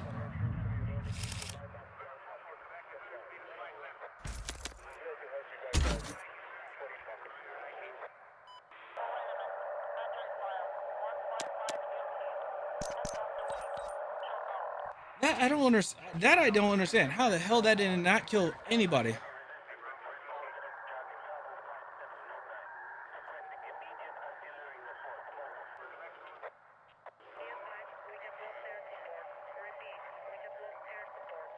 I might have to, what do you call it?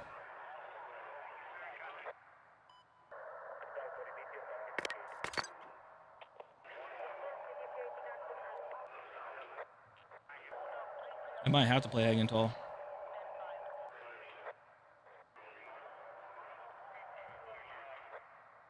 Shit.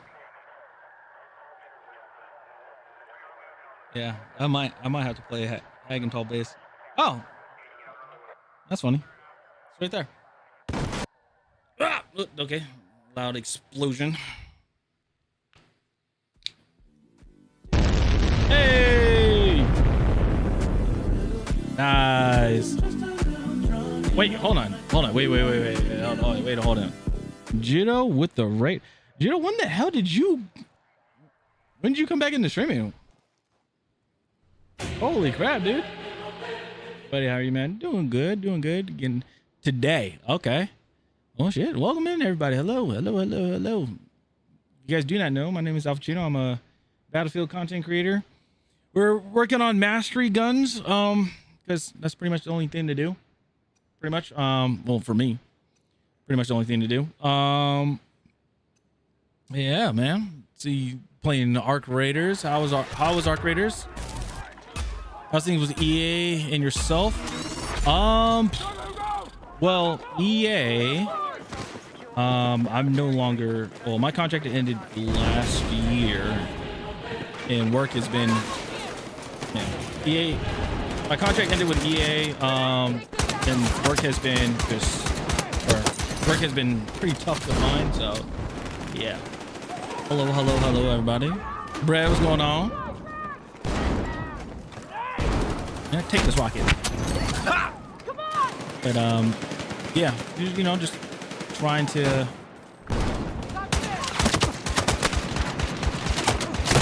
Oh goodness, I thought that was gonna kill him. You getting Modern Warfare 4? No, I'm skipping out on Modern Warfare. I'm skipping out on Call of Duty. Maybe down the road. I don't know. I'm giving it 6 months. See how it does in those 6 months, or how it does like within those 6 months and out also after those 6 months. And if I want to get the game or not. Because to be honest, I'm just very burnt out of of Call of Duty and just actually live service in general. I'm just tired of. Yeah, I'm just like very burnt out of it. Tired of getting the game and then be like, oh, this game's gonna be good, and then it just falls flat on his face.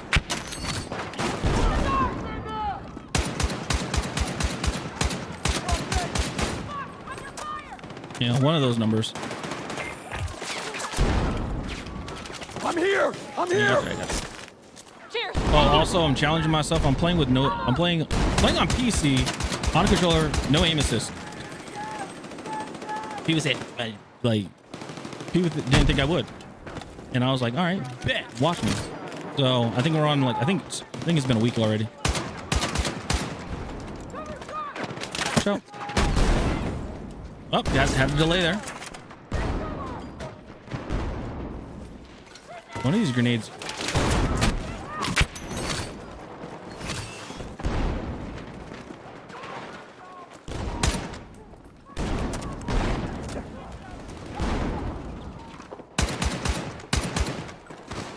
Oh, no, okay, nobody,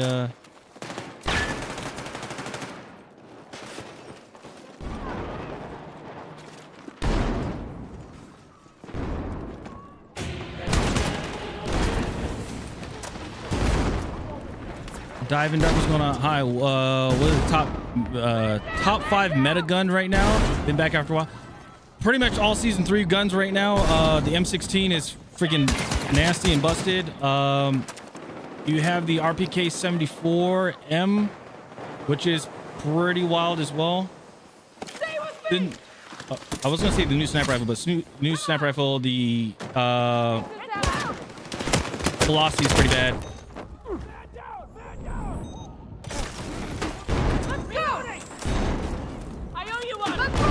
Let's see. M4 still hits. I was gonna say that I don't know about the new DMR though. I'm not sure.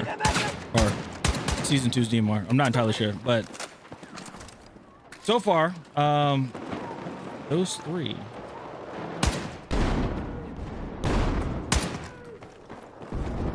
I honestly couldn't tell you. I honestly couldn't tell you.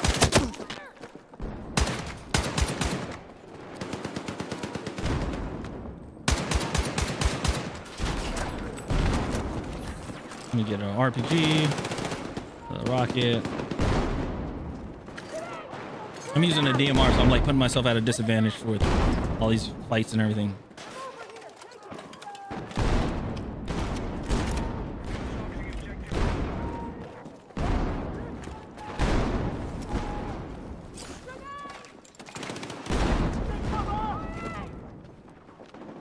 No, I was gonna say, would I be able to hit that? This dude was able to get... The dude was able to kill us both. And we were side by...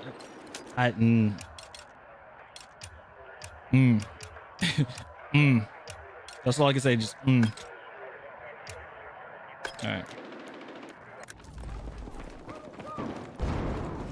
Alright, let's put on this one.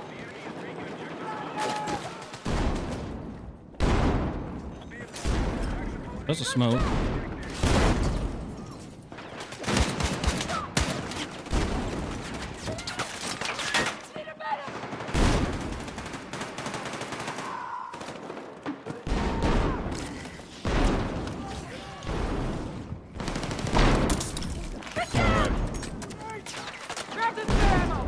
Got the drag, cancel both.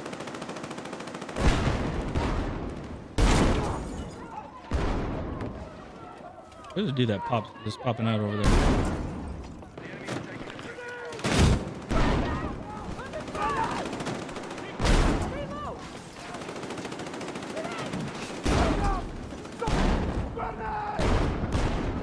I'm waiting for that guy to come back down here.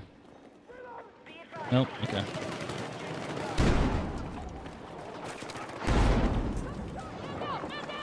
You guys still didn't put a hole over there?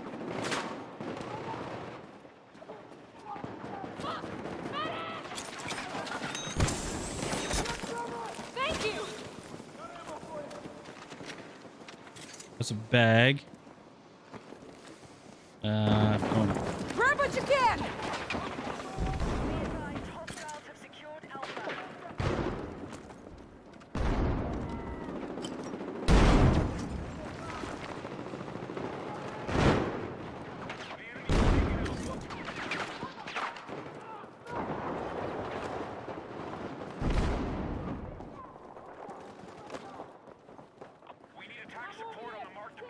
Damn, he didn't even.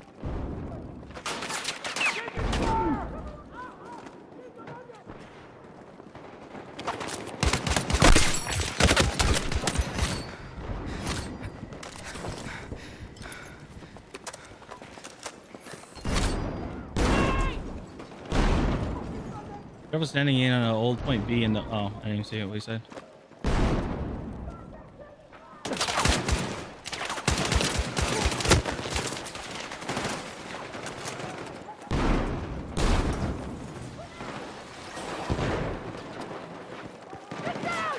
This is gonna be one of those games where we're trapped. Yep, one of the games we're trapped in.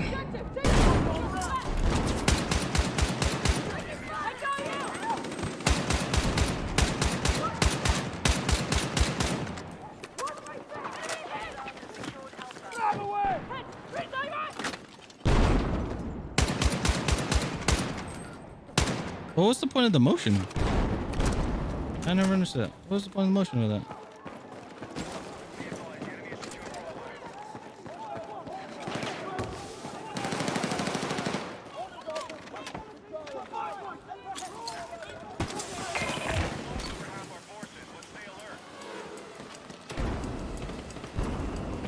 Oh, blows her. Get some ammo!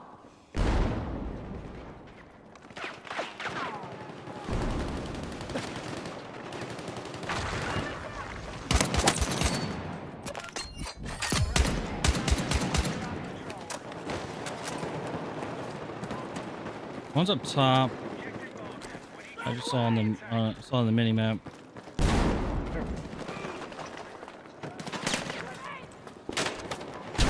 Yep, still up there.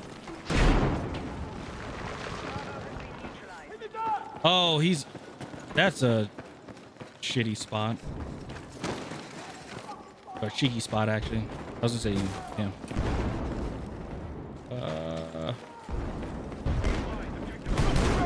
Oh, goodness gracious.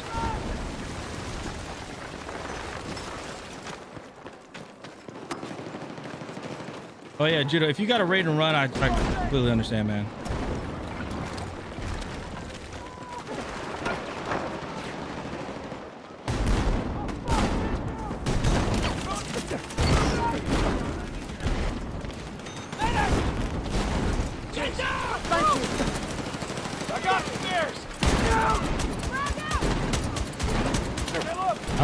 I'm just shooting to shoot. Yeah, there we go. Yeah, guys. Yeah, let's go.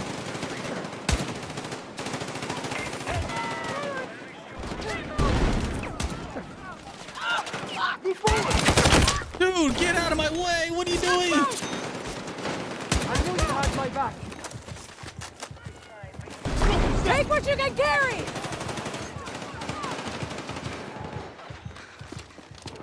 Golly, gee willikers.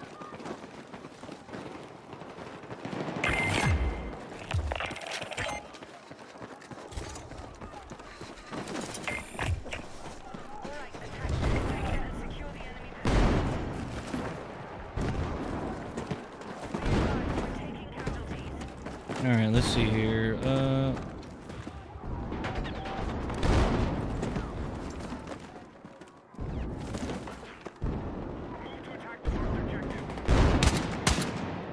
Stop it!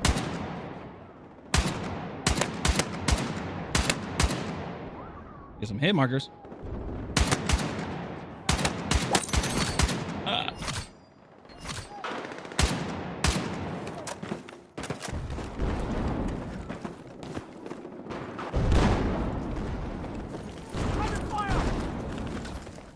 Play the Yangs.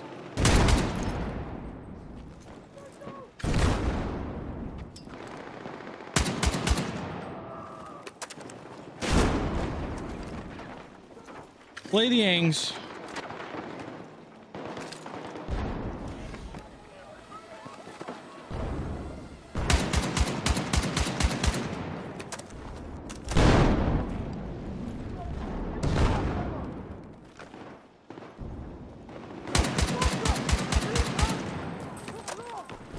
I wonder, can that? No, that doesn't do anything. I was like, I wonder what this. That makes sense.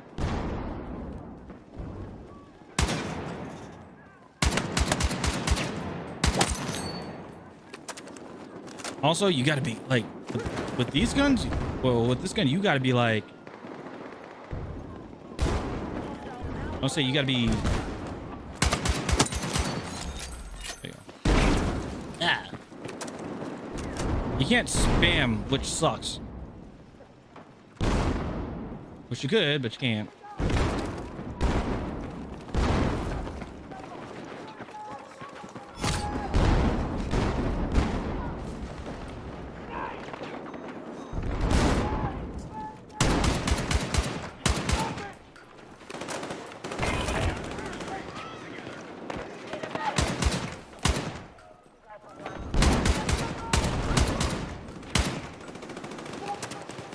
The reason I only do this because I know since I'm supporting I have ammo. I know I can do that.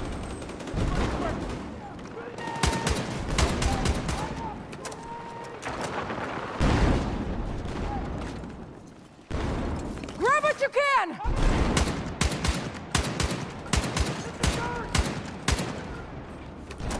I'm shooting sandbags.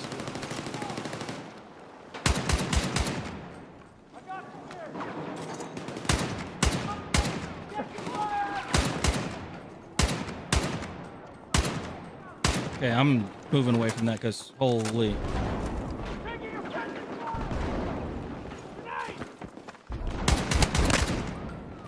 $94 twice.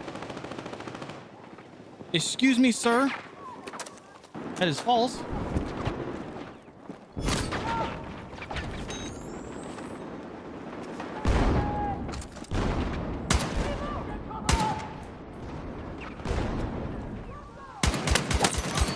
Honestly, this is the part I actually like when playing Defender. There's just this long hallway and you just pop shots down.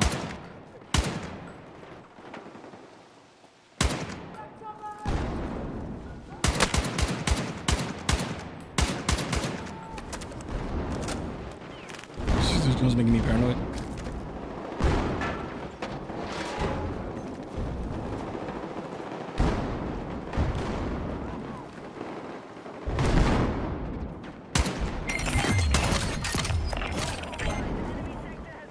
Oh, I saw something. Oh, I saw a dude down there.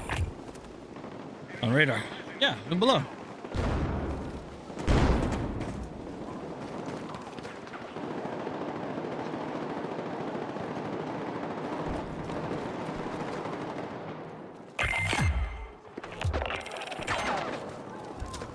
Explosive set!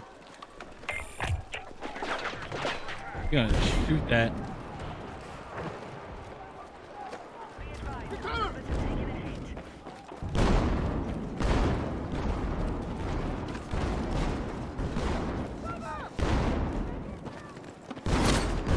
Oh, yeah, I forgot I don't have the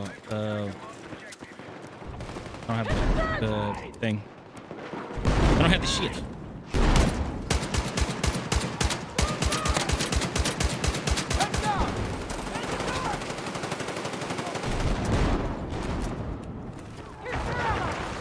Well, watch you guys are. They're not gonna watch it right. Oh, that's not gonna be good at all.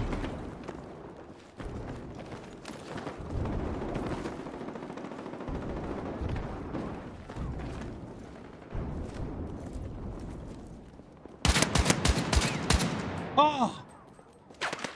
What? Oh, I shot the railing. Oh, no.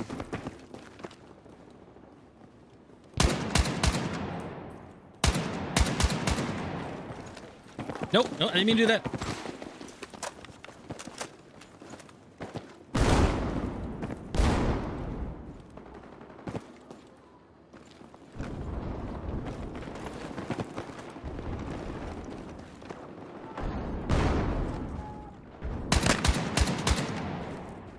See, I wish it was. I just wish it was a one shot head.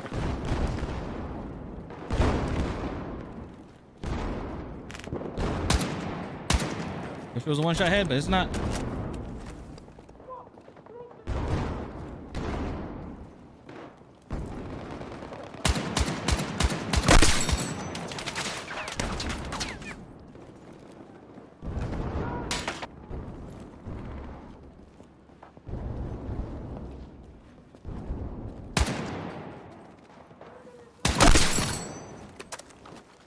Okay.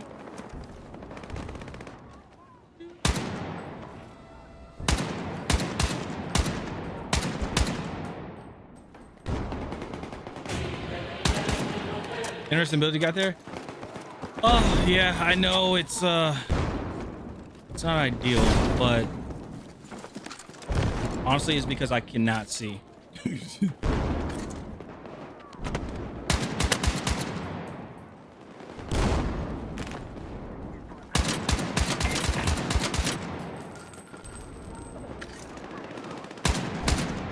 See, it's a gun you can't. It's a gun you can't spam because then he doesn't.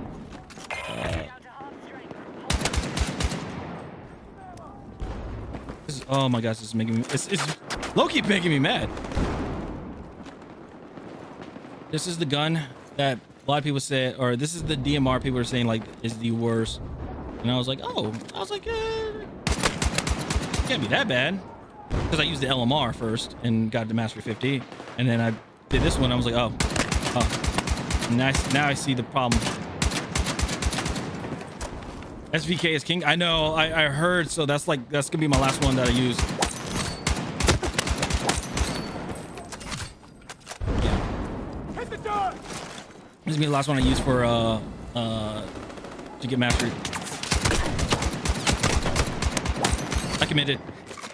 That was the dumbest thing ever, but I committed.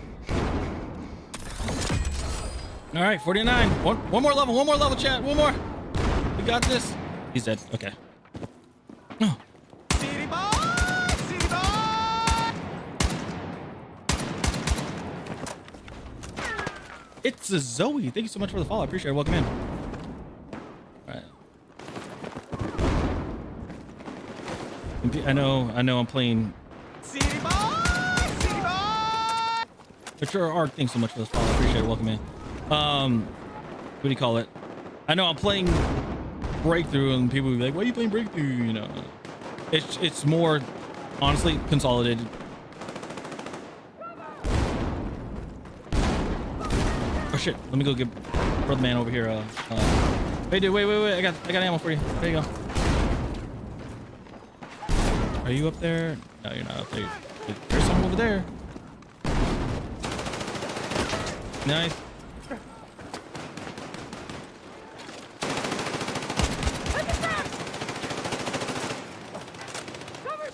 Playing this with zero aim assist is freaking tough.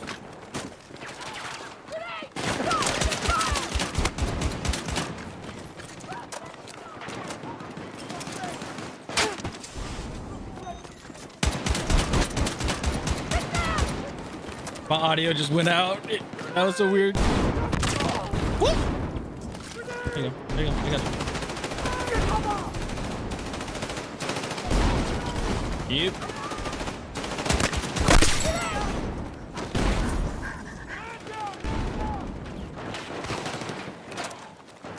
Why was that?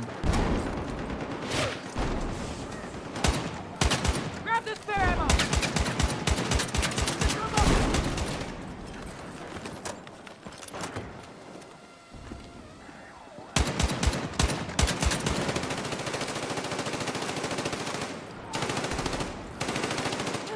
Watch my six! Man, this was ready for a mid-season update. I am too. But then also I am, but I'm also not ready for it. That means just more guns, and I'm like, no.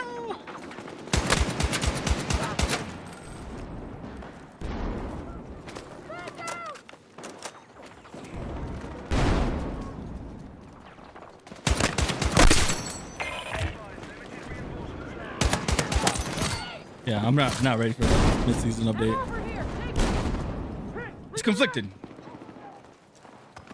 Oh shit.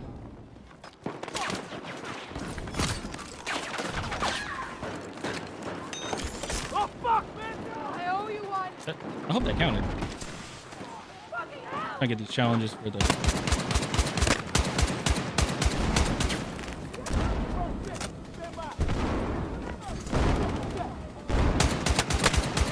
Oh, what? What the? Huh?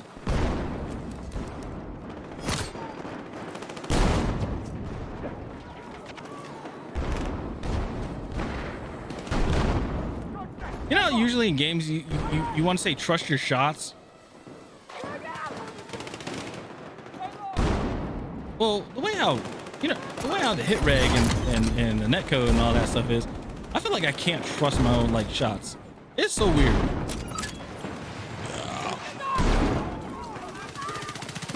Stay with me! Oh.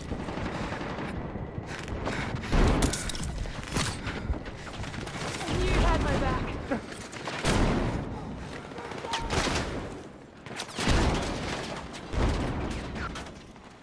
You up there and back? No.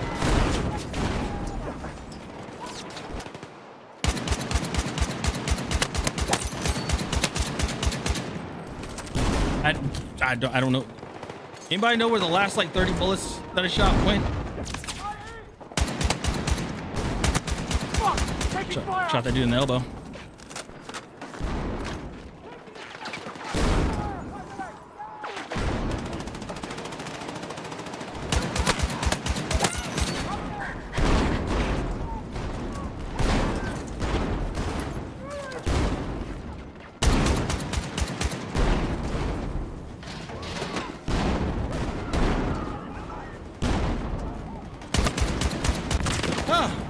It's like World War II over here.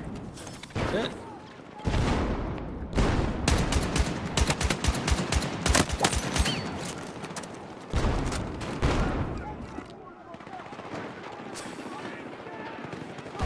Yeah, this is the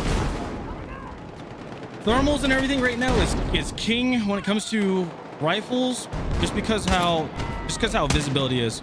Once they do that update for the visibility, it'd be way better.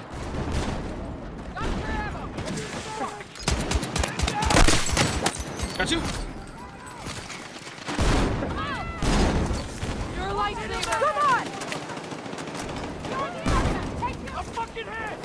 Get in here. Get in here. Get in here. Hey! Come away.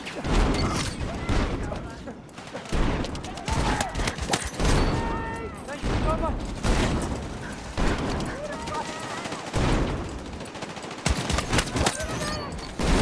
No. No.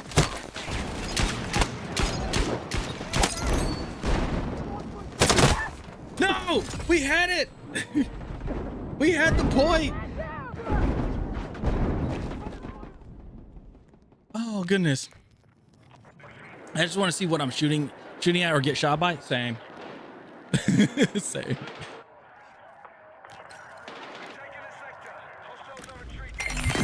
There we go. Ow. I just want to see what I'm shooting at and what I'm getting shot by. And then, man, that's pretty much it. Because breakthrough, the mortars are still in the HQs, which I still don't agree with that. Hey, so let's see, I brought the game. Oh, I bought the game on Sunday night because it's on sale on the Xbox. I haven't played since the beta, and I'm loving it. Oh, nice. I'm glad you're enjoying it. What what is there anything specific that you like about the game? I always love to hear people's thoughts on the game.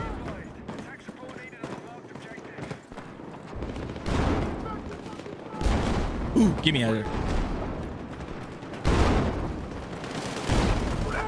Here, put that there for you guys. Smoke it. I got you.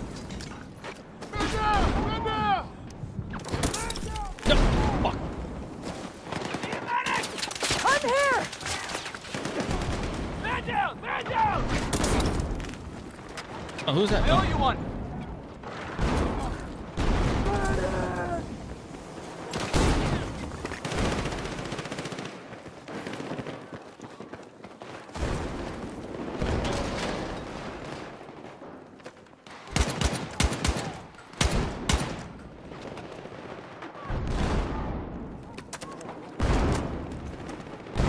Just the whole game, like it's so good. I'll be honest. I remember I just loved the beta. Yeah. Well, they're ironing out some stuff which I like. Which is well, I really like it. It's improvement. Still got some ways to go. Got some ways to go, but they're getting there. They're getting there. I will. Oh fuck. There you go. Yeah, I'm enjoying it so far. I'm glad you're enjoying it. Way better than COD for sure.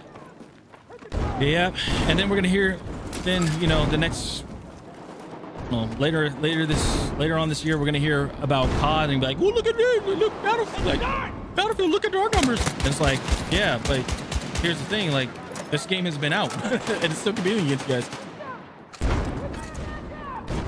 So what you got to say about that? I always love that when people are like, "Oh, it's like remember this is a brand new game," and then people are gonna argue and say, "Well, what about Black Ops 7 and Battlefield 6?" I'm like, those came out at the same time.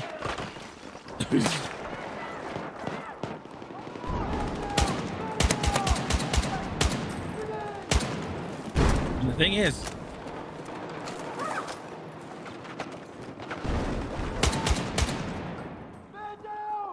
oh yeah, did you guys see the big war mode? That what did they say? It's like big mode or war mode or something like that. I anticipated that shot, but I was gonna run into it. Oh, I laughed a bit because I feel like the big war mode. I feel like what it is gonna be. Yeah, I feel like I know what's gonna be. I feel like it's going to be conquest. It's basically conquest. Because they did it in what was the name of the game? They did it in Modern Warfare 2019. They had it was called Ground War.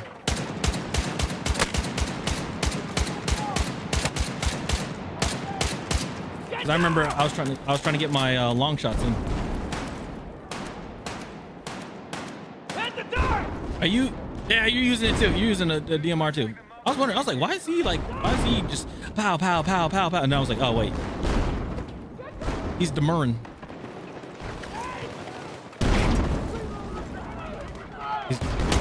He's big demurring. Maybe I should put this down to 100 again.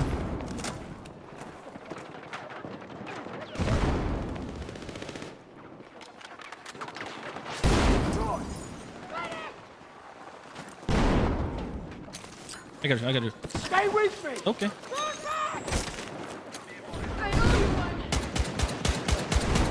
Cover and fire! Cover and fire! Cover and fire! Monster ammo.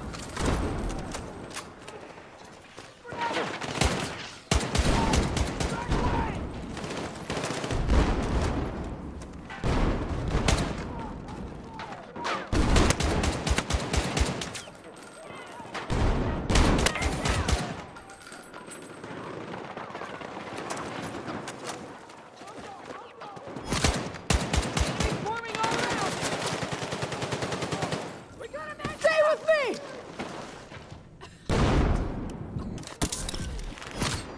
I owe you one. Frag out.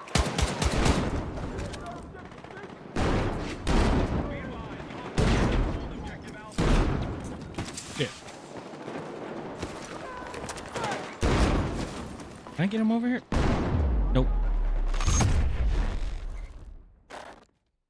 I don't know if that was me killing the guy or. I don't know.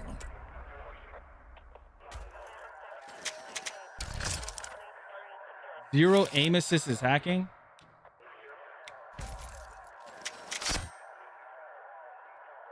Okay. I don't know how.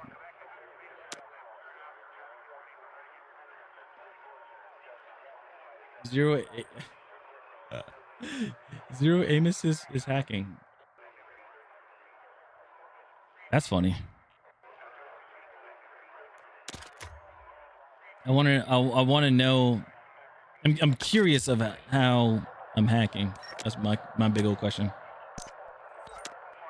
They're like, you can see us through the smoke.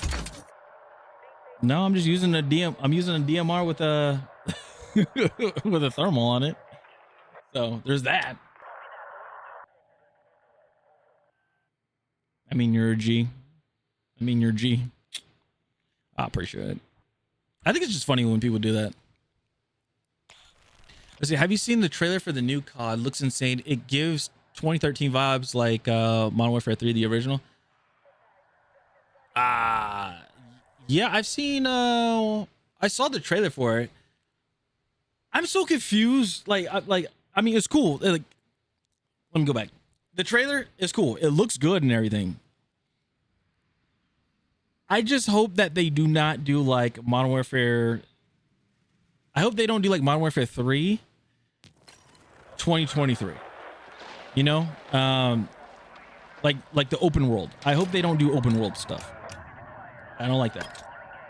I meant to say your HUD reminds me of Battlefield 3 but green. Oh yeah. Oh goodness. When I go to the actually, hold on, let me see something. Where am I at with this? Well, we're at 49, obviously. Here, let me back out. Back out. There's a setting that you can do to change it, so just so you guys can see it. Because also I got to change my my crosshairs, my reticle color. I was using swipe, so it types some BS. It's all good. Let's see here. Was it in this? Nope. Okay, so let's do accessibility. I think subtitles, color profiles. Yeah, and you just go to primary color. You change this, and that's what gives you that green, like that gives you whatever that layout is. There's one person that I saw. She changed hers, and it was like purple, and I was like, I don't know how you see that. It is like it's like a dark radiant purple, like dark radiant. That doesn't make sense, but it's a very prominent purple, and I was like, geez. I set my enemies to yellow. I keep them red, and then I have mine at white, and then I have my friendlies at white, just so I know. I'm like, all right, I don't see a red thing. I don't see a red thing. All right, cool. And yellow kept messing with my eyes a bit. But what I need to do is gameplay. No, HUD.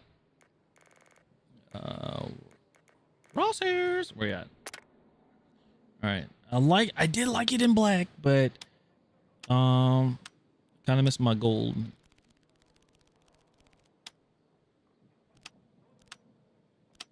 Yeah, it's like a gold, orangish gold. I have my crosshair hot pink. See, I have my reticle, my regular reticle. I have that as a as like a magenta. It's really nice.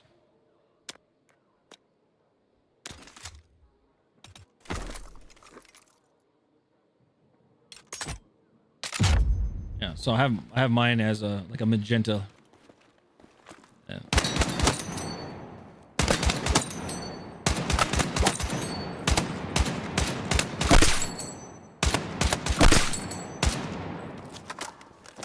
Love being able to change it. I know.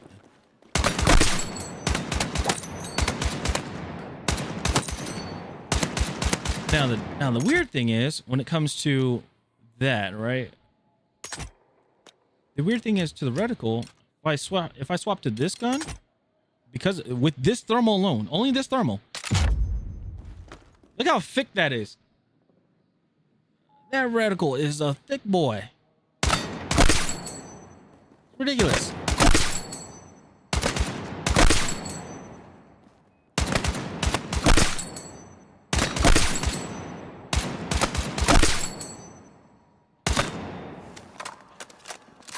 That is a thick boy.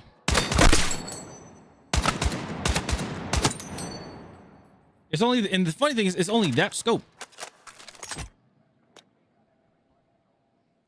I was gonna say, would blue? I have that. Let's see, crosshair thickness. If I do thin, will that change it? Nope.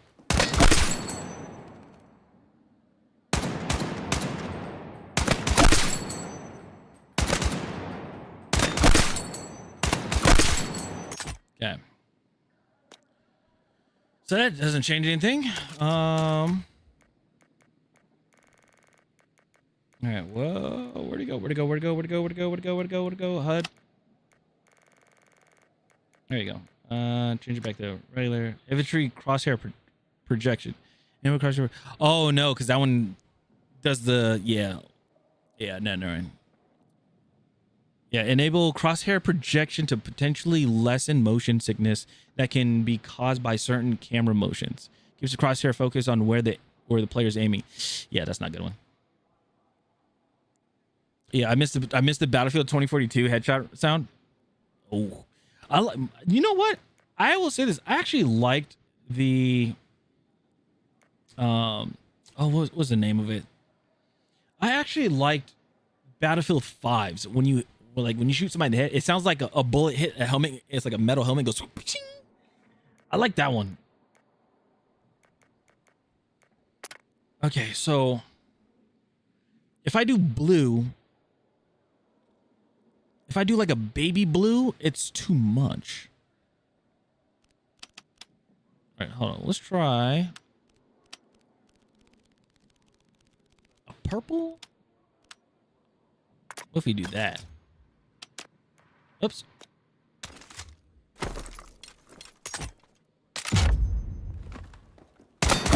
Ooh, I kind of like it. I kind of like the color. All right, hold on. Let me try different one.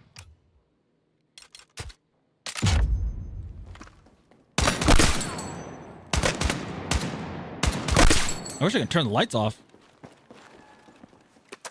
Yeah, I wish I had a light up. Battlefield, if you guys ever see this, can you guys like have one where you can turn the light off?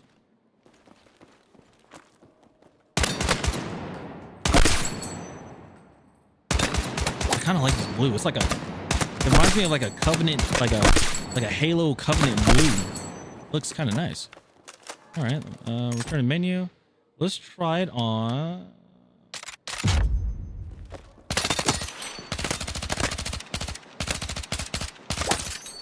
Not the ideal weapon.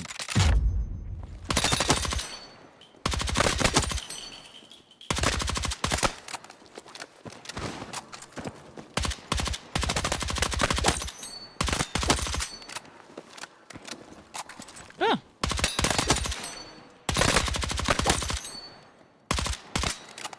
Dude, this aim assist? No aim assist stuff.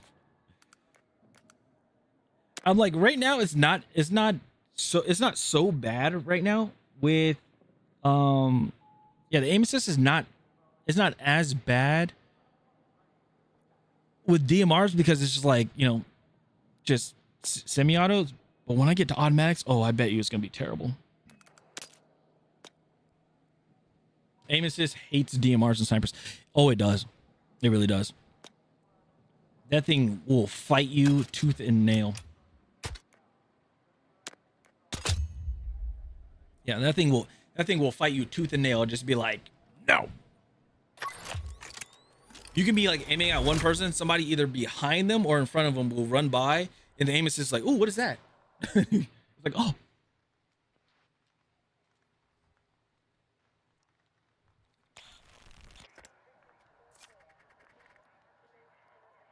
I've had it where it's like, and the thing is, like, I thought it was like it was only for that.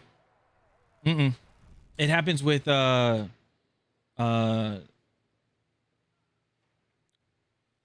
was it? I was gonna say it happens with sniper rifles, but it's not sniper rifles. It happens with another weapon too. And I was like, it happened with SMGs. I was like shooting somebody, and I was like, what the? Oh, look, change this back over to. Oh. Do I want to use this, or do I want to keep doing the? No, I'll just keep running this. We're defending, right? Yes, we are. Sweet. Bet you get shot in the back.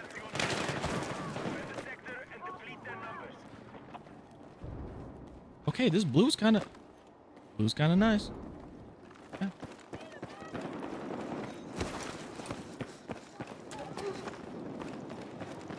All right, so this is where I just randomly get killed because like I don't know what's going on.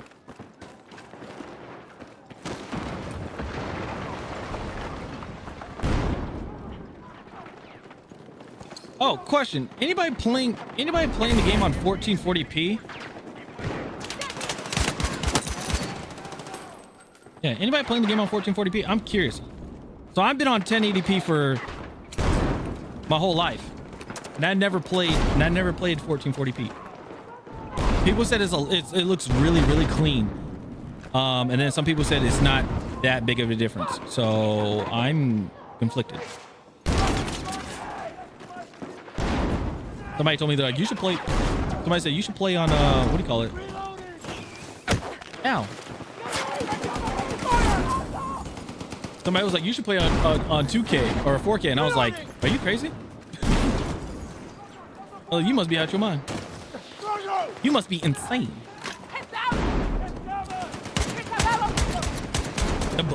I will say the blue kind of sick, kind of nice. Oh, he went down. His teammate.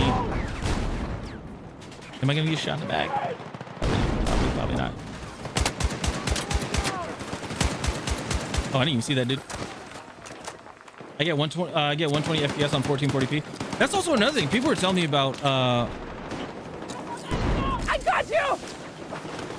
Yeah, that's another thing that people were telling me about with the 1440p. They're like, you don't need that many frames. You don't. And I was like, oh.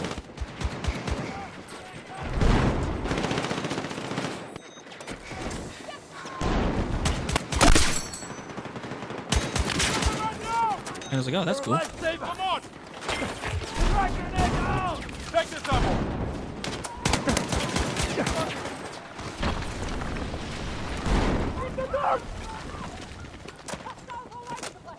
And that's on PS5. Oh. Boom,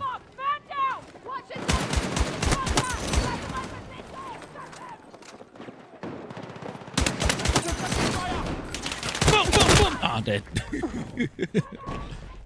Oh, it's the M16s. Yeah, PS5 Pro on a Samsung monitor. Yes, it does. Oh, I get 120 FPS on a 1440p, and that's on PS5. My boyfriend plays on his 4K TV as his monitor. I don't really notice much of a difference for FPS. I noticed. I think it just might be me with like sensitive eyes. But if I play on 4K, if I play on 4K, I have to turn like all my lights on in my room, and because if not, it lights up my room. I remember I got a migraine. I played one game of not Minecraft. One game of Counter-Strike. Somebody threw a flash grenade. That thing was so bright. My neighbors came over and they're like, we were concerned. We saw a bright light, and I was like, oh yeah. Like there was a bright light and we heard yelling, and I was like, oh, I was playing Counter-Strike on a 4K monitor, and they're like, oh, okay. I was like, the light got me and it was really bright and hurt my eyes. And then like 3 minutes later, migraine. Instant migraine. Wasn't fun. Was not a fun time. My eyes are chopped, so I didn't notice it.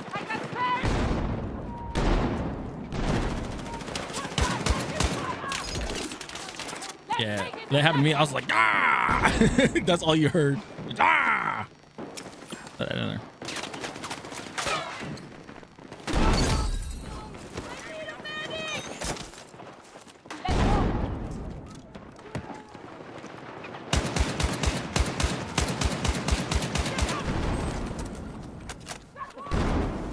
I was trying to bring that suppressant fire.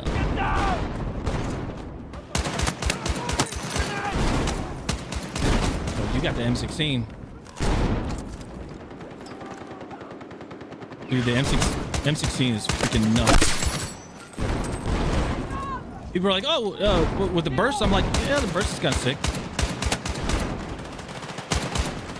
Oh, am I in your way? I'm sorry. First M16 was pretty gross.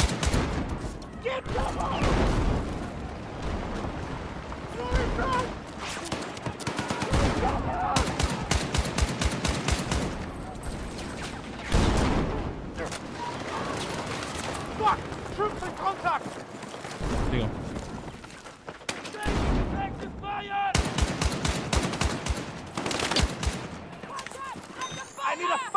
medic! Let's move!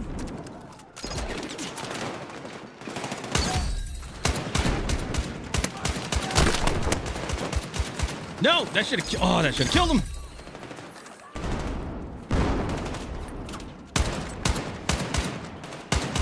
Now I'm at 200. Had a car battery blow up in my face. Damn. Yeah, I know that wasn't. I know that wasn't pleasant. That's a car battery blow up in your face. Ouch.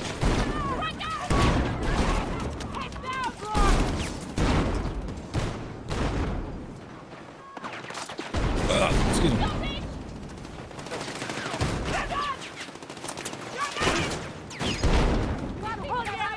This seems full of bots.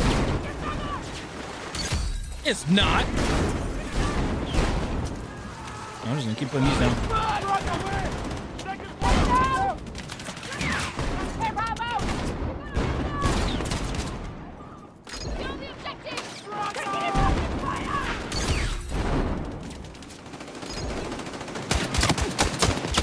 No! Teammate! Why? I don't like how I have to dance around everybody. You're right. Get cover.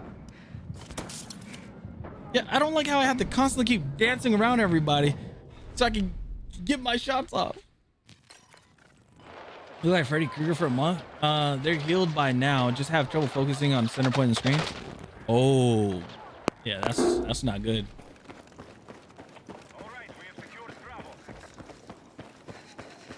It's great. Crazy thing is that, you know, well, crazy and also fun fact if people that don't know. The first thing that like the fastest thing that heals on your body is your eyes. People didn't know that. I didn't know that until I got PRK. I was like, oh, PRK is pretty quick on recovery. Interesting. And they're like, yeah. Still be dropping 40 bombs. Oh, shit.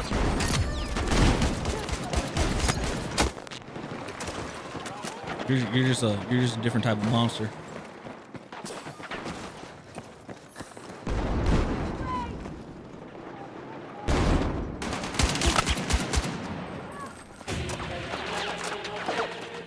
You got PRK? I did. When I got out of right before I got out of the military, I got PRK. So like, you know, you get, cause like military, they like, you get one cosmetic. How the hell did this guy not freaking? Are you alive?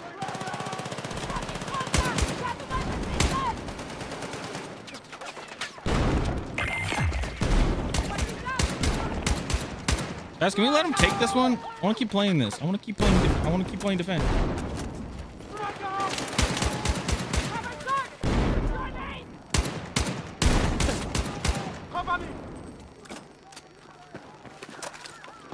I had LASIK and wanted to redo my eyes, but this suggested PRK and the machine failed right before the surgery. So I was like, I felt like Jesus said no. Yeah, PRK I think it has a better recovery rate or success rate. And it has a better rate of recovery. If that makes sense.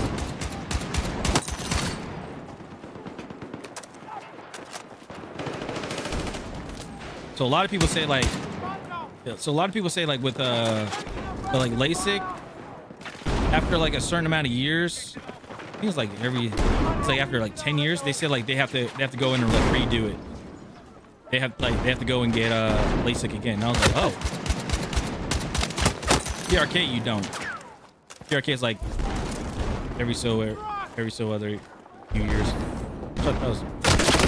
which is pretty cool.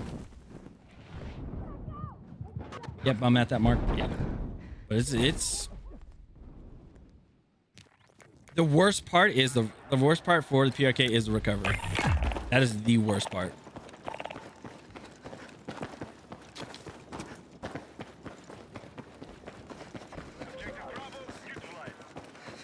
Yeah, that's like the worst part to ever have.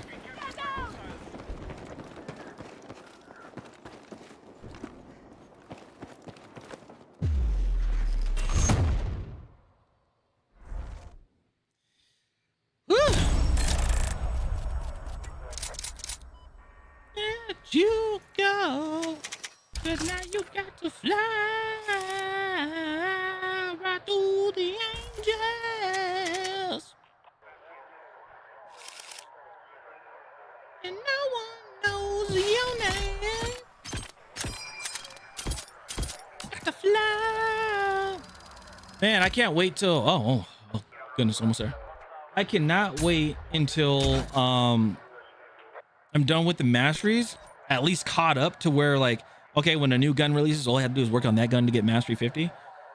So then I can fly jets and stuff again. I have this, I guess people are gonna say OCD or whatever, but I have this thing where I have to, like, if I focus on one thing, I have to stay with it. I can't do anything else. I have to stay with it.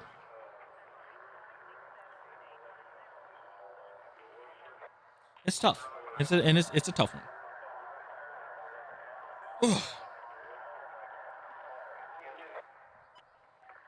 I be flying too. You need a wingman. I have 100 hours flight time. It would be nice. I haven't flown. Oh man, I haven't. The last time I actually flown in this game was when me and like a few other creators from the creator program like showcased the game. That was it. Helis, I was a chopper gun. I was the gunner for, which was pretty dope. But yeah, I haven't like flown for a long time. So I know when I get back to doing that, I'm gonna be hella rusty. Well, I'm gonna fly. I know for sure I'm gonna fly when season 4 comes out because they're bringing the F-18 in. The F-18 Super Hornet is coming back. Flying on controller is interesting. Flying on keyboard and mouse looks interesting. I've been watching like I watched Silk. I saw Iceman Isaac. I saw all of them play like on mouse and key, and I was like, I don't get it. And they're like, what do you mean? And I was like, I don't get how do you fly? Like, how does that work? How do the keys and everything work flying on keyboard and mouse? And they're like, actually very simple. They're like, how does it work for controller? I was like, controller, all you gotta do is hold down the right trigger, and if you want to brake, hold down the left trigger. And they're like, well, what about afterburns? You can click the right stick. And they're like, oh. I was like, yeah.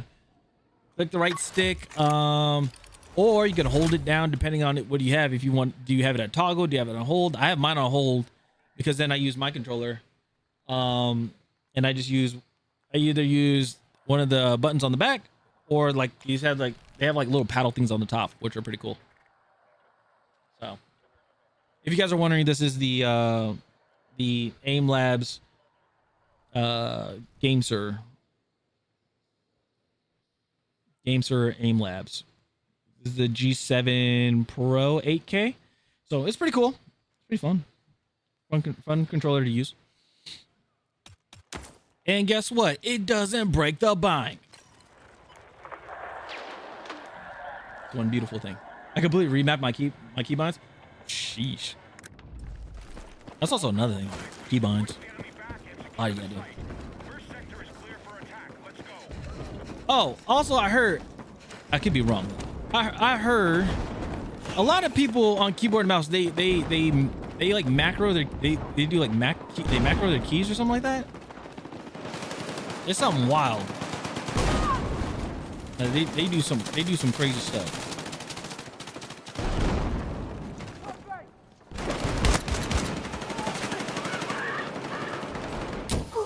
No, on fire!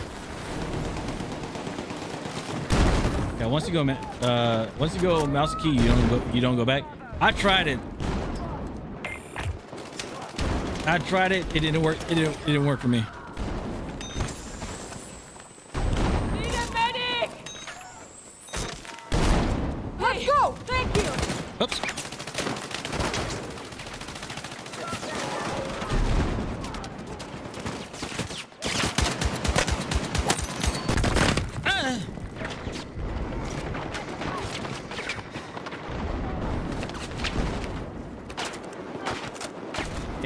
And you can use your stream deck pedal too. Yeah. See, and then people on PC, they be like, or not PC, but people on console be like, you're cheating, and I'm like, I was like, no, I mean, they just have more, they have a better advantage. Like I started playing, like the reason why I started playing on PC, honestly, is because the amount of settings that you can change on here. When I saw you can change textures and like put it lower, because you know console you're locked in on that, like, oh, realism graphics, and I'm like, I don't want realism graphics. I don't like how me and another person can be at the same exact distance, and I'm like looking at a bush and I can't see the person, but then the same person right next to me that's on the computer can see it because they turned down their settings.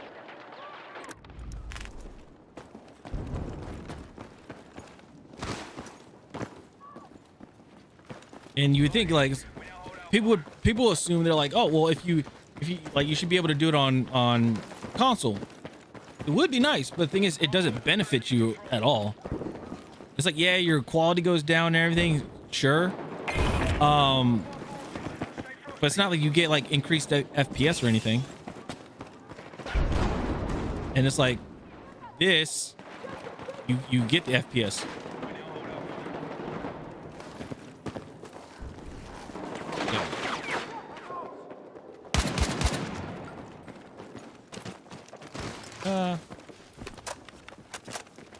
Yeah, here you get you the fuck?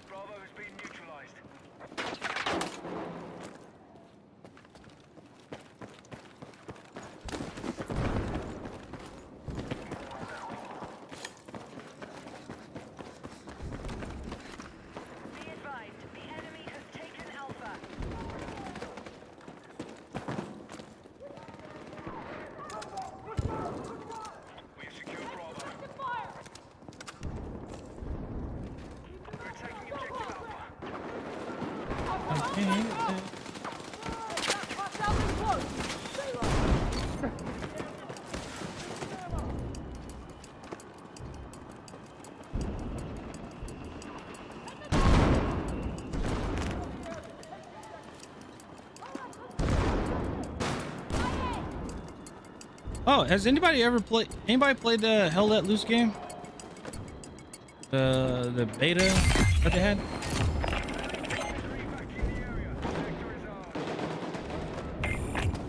I heard that I never played a Hell Let Loose game. People told me it was fun, like Hell Let Loose is fun, but they said that beta, ooh, they said it was not great. Or they said it wasn't great. They said, I think it's because they said because of the performance. And I was like, oh. I was like, interesting.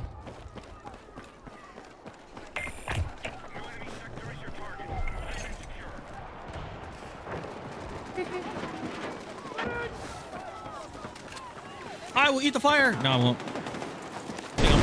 Oh. Thanks for that. Scared me a little bit.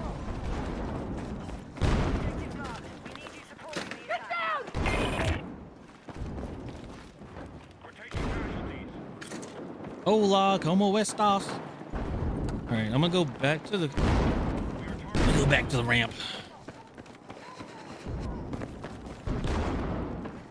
Contact! Taking fire! Damn, you could.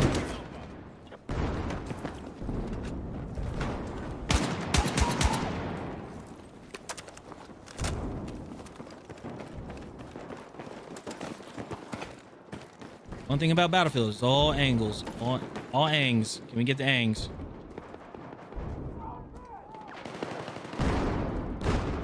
Oop, okay. Get the angs. That's all we need. We need the ang.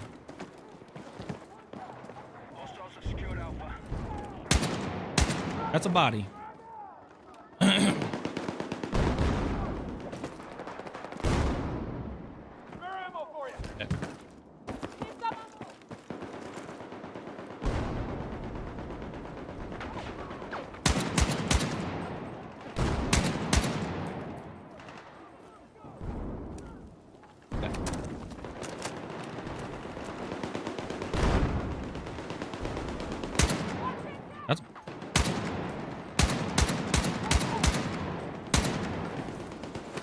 Sad.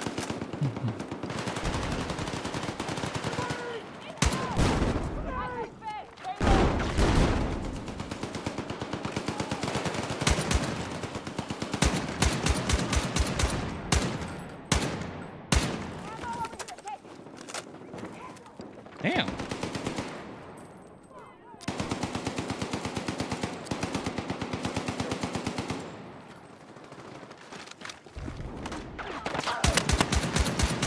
No!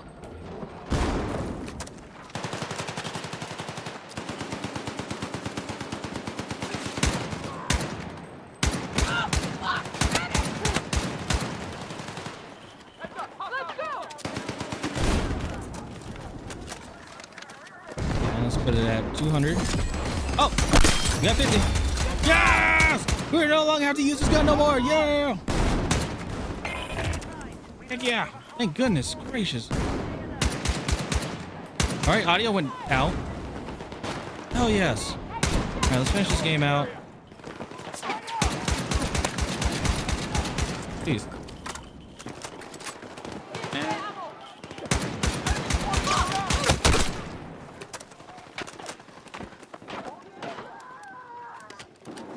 Let's go. Game chat is wild. Yeah. People be saying some some wild stuff. And I'm like, oh.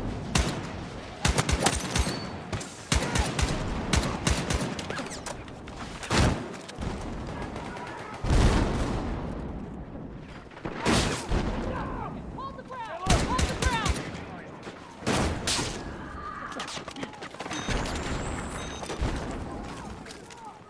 Damn. Hey guys, there was a sniper somewhere. Gotcha. Hey, hey, Yeah, you're welcome. take this ammo.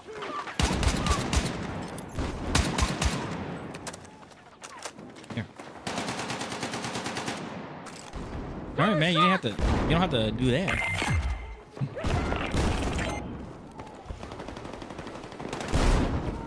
I don't know why, like out of nowhere, I just Wolf of Wall Street popped in my head. I'm trying to get them does, I guess so.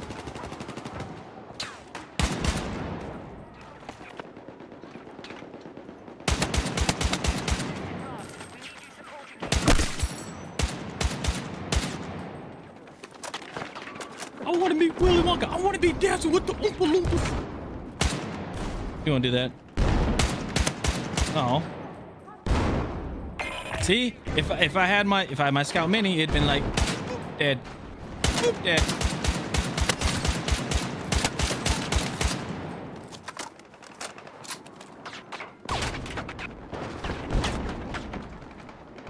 Chat, not a word. Not a word, chat.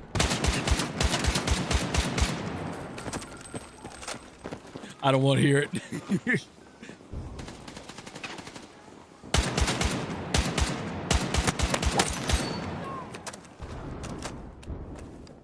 You know, also the SVK is 2-shot out of the range, 1-shot headshot. Oh, I bet. And when I do them shots, I'm gonna be happy. It's gonna be a glorious time, baby. Still gonna get wrecked by like SMGs and stuff, and ARs.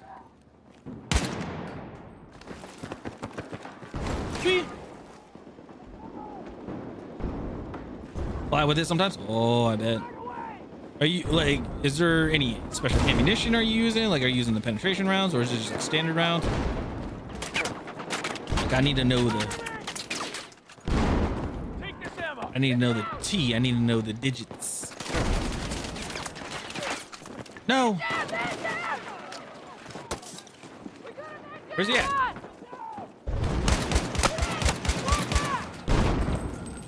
Yes. See how slow that is? Just like pow, pow, pow, pow, pow, pow.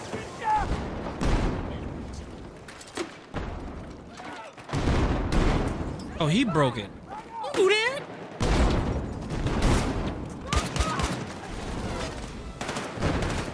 Wait a minute. Wait a minute. Wait a minute. Oh, sorry. I am all up in your shit, huh? My bad.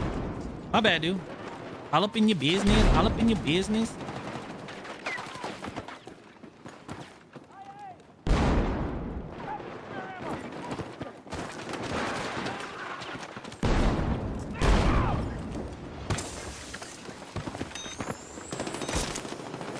There you go.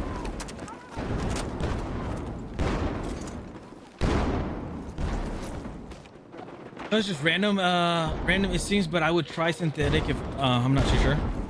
I probably won't get synthetic for a long time.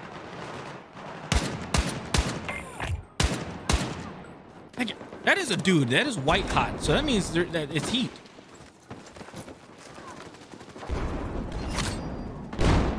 Someone's putting out some heat right there.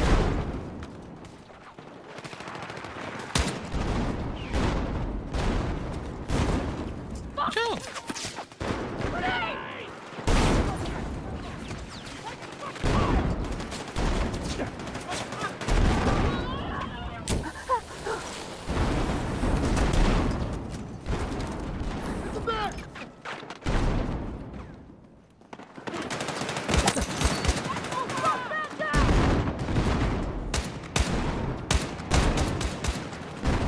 Oh, son of a bitch.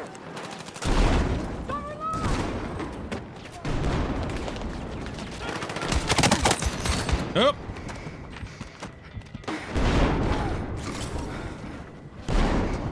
Hey! Get down!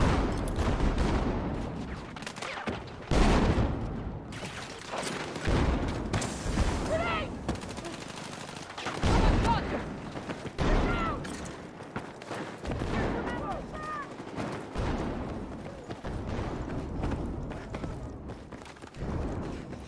And you guys already, you've already tried over here, right?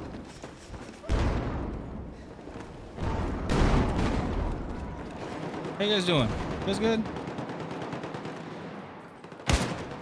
No, that's a teammate. Fuck, I know.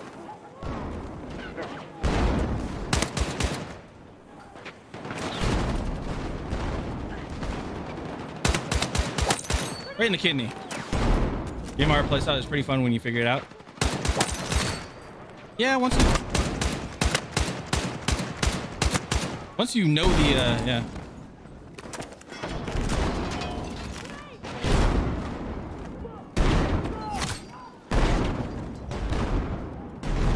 Once you can get through the spamming and actually like get the kills. Oh yeah, it's fun. It's so freaking hard. Because sometimes you think like you think the shot like it's gonna the bullets will land, it will hit, it will register. Sometimes it doesn't. And then people got SMGs, and it's like, what the fuck?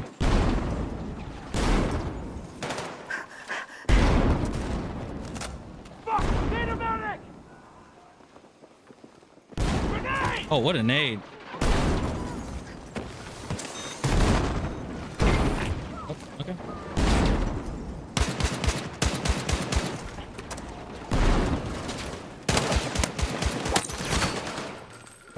Get down, medic!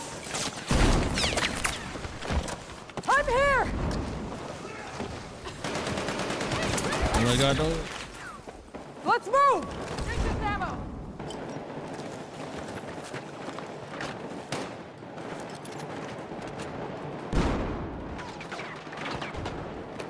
Dude, I fat fingered the directional pad a lot. Stop. Is that no? Okay.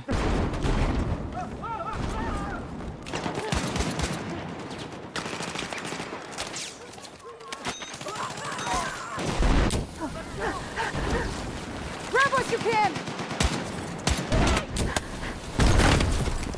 Yep.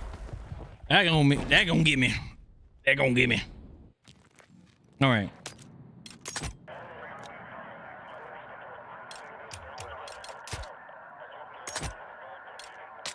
Let's see. Let's just overall.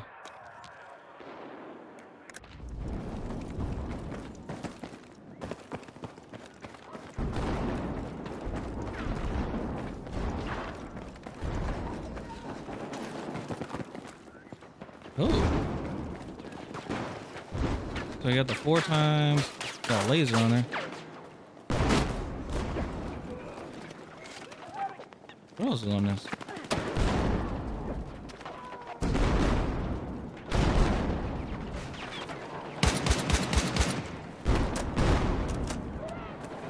I feel like that's not a flashlight that I'm using.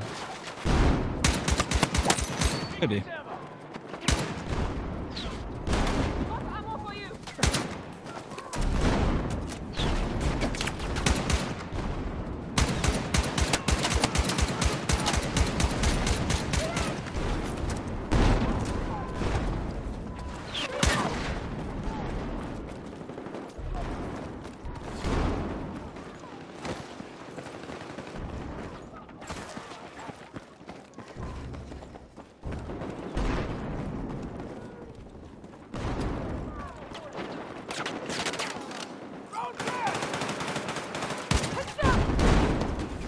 Oh, I don't even have the. Oh shoot! I don't have my thing on. Take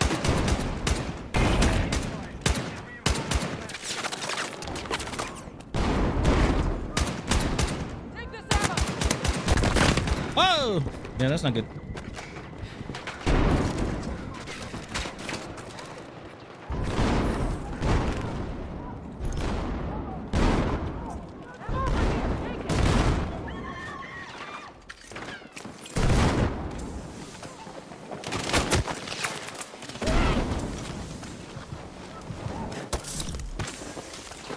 I owe you one.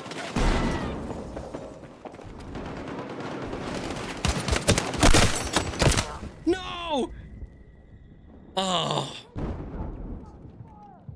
It's because I switched over. I switched over and shot the other. Damn. All right. Well, let's work on the next one, which would be this one.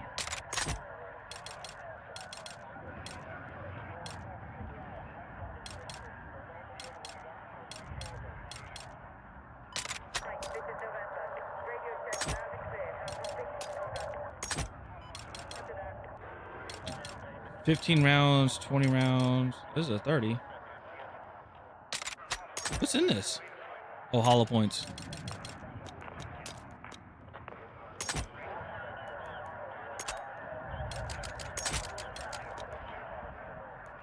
Extended. Underbarrel. Ooh, buffer. Okay. Try this gun. I heard this gun pretty bounces.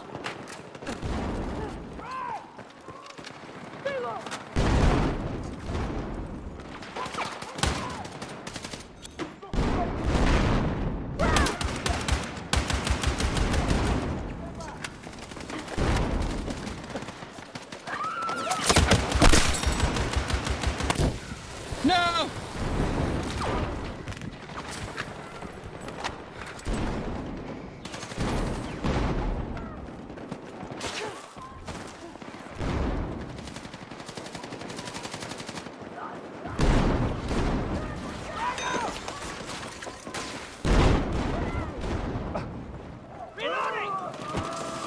Take what you can carry.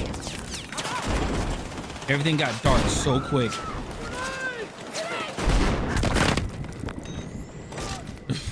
Everything got dark so quick and so fast.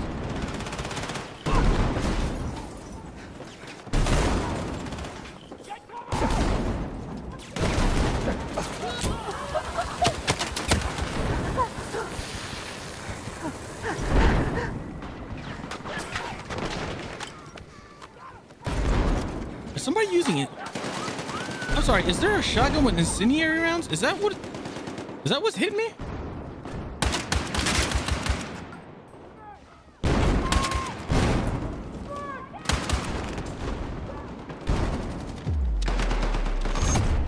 Is that, yeah, incendiary round shotgun?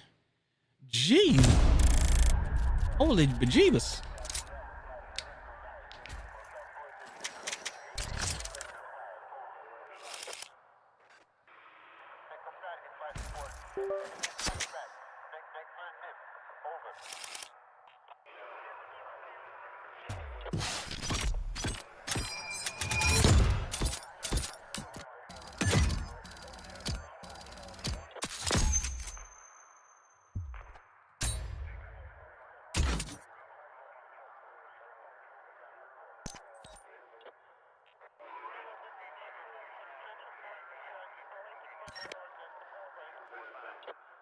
Oh man.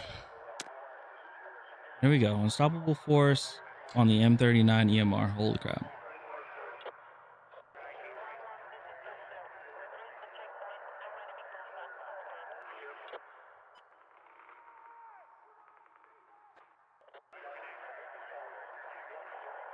All right.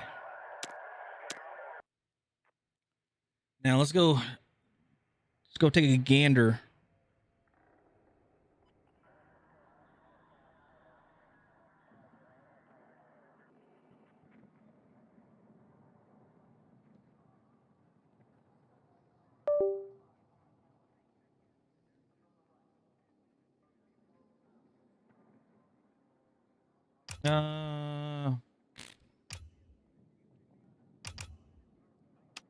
I'll just do a normal. Well, first of all, let's go check it out here. Go to badges. Go over to elites. M39 EMR is finally done. Thank goodness. And I don't have to ever use this gun ever again. The next one we're working on is the GRT CPS. Then we do the SVD and then the SVK. We'll be done with those. Fingers crossed. And then after that, go do Schütz guns. We do the Schütz guns. And after Schütz guns, then we do probably SMGs. Yeah, after shotguns, we do SMGs. Carbines.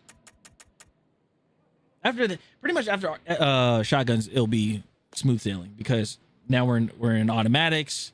It's gonna be great. It'll be grand. But let's go and yeah. Let's go ahead and show off this good old gun here.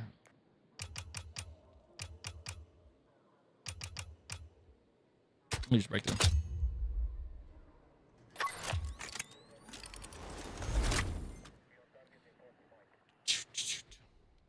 She's gonna set you free. Oh,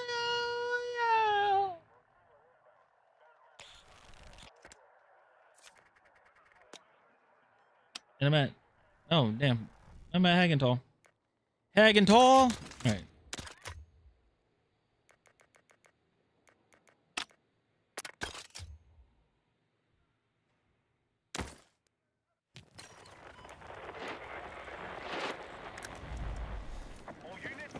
All right, let's get a good old nice image right. Oh, we'll do it right here. This is nice. All right, there you guys go, ladies and gentlemen. It is here. It is done. Finally. We have captured Alpha. There you go.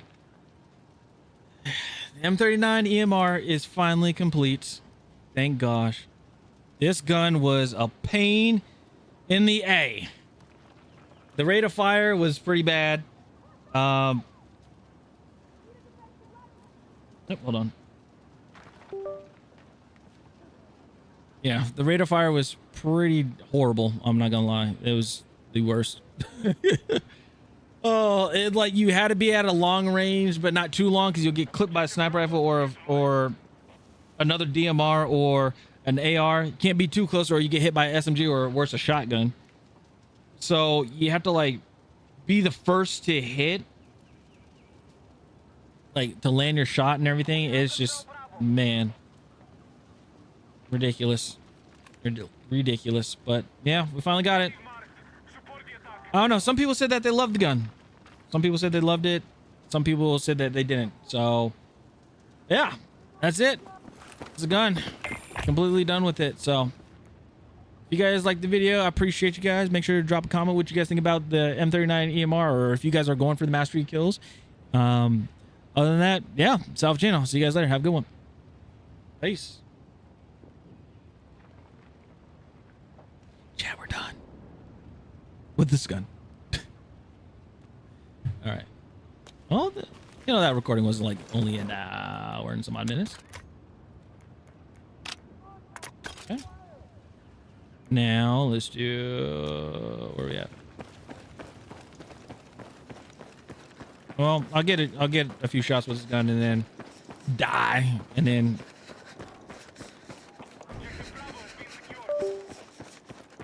go back to the new gun. Woo! Finally. Because the other gun, at least you got a little oomph. I use any stream for a second. No. I was recording.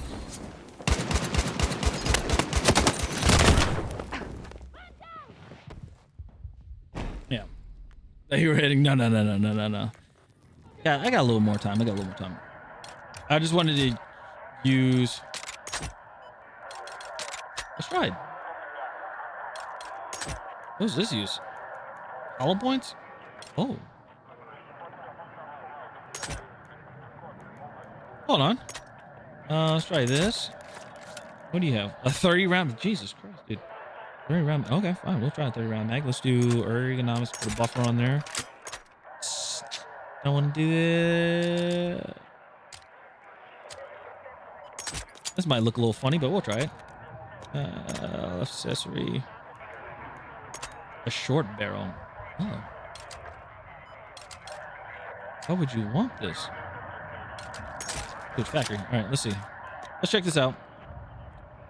Nope. Why'd you do that? I want this one. There you go. All right.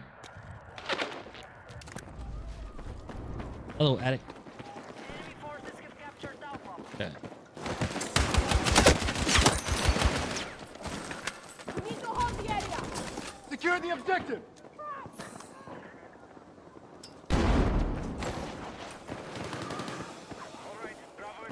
Oh, fuck! Man down!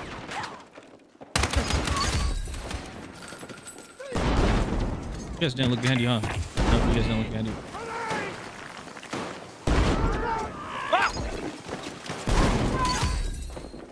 Take the objective. Back out!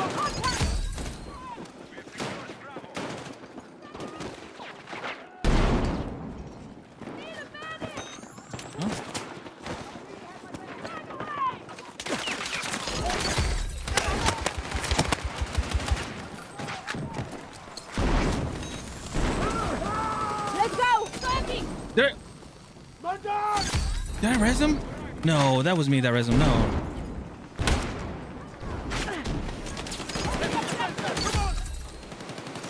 Oh, now we're playing a bot lobby. Oh, okay.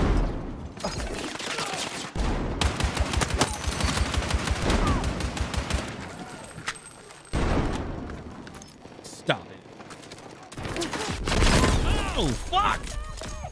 He hit somebody that got me. Oh, that was terrible.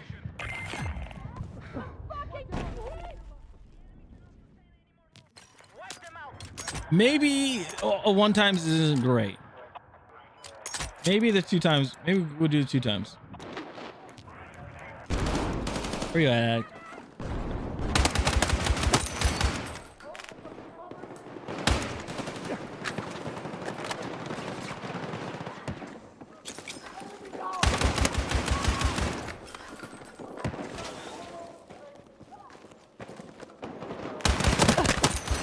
Nope.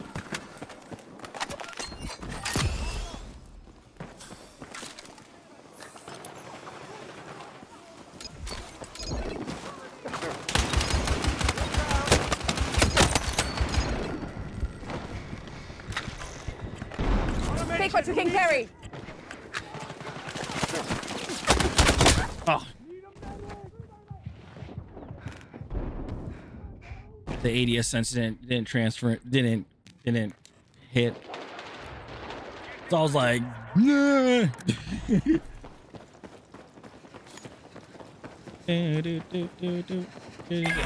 Lost it.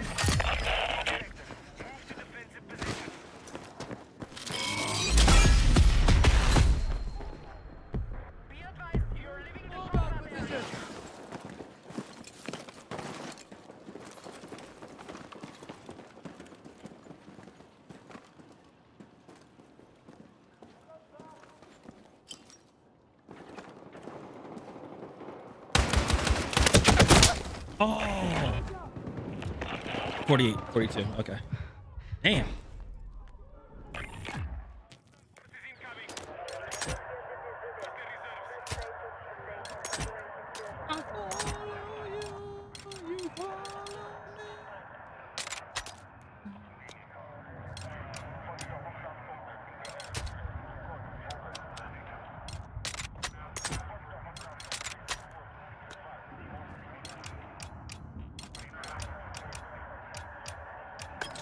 I'll try this one.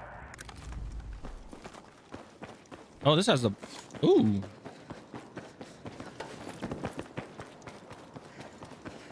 I believe this one has the synthetic on there too. I'll follow you.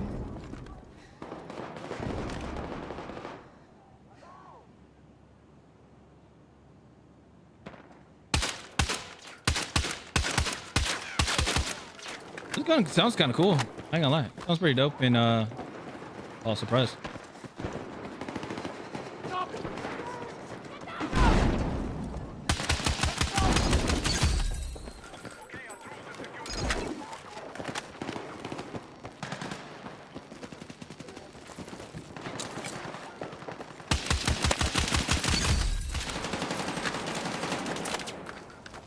Oh, we're... Grab what you can. No. Ah, fuck. We got the men down. Nope, no, no, no, no, no, no, no. God dang it. Men down.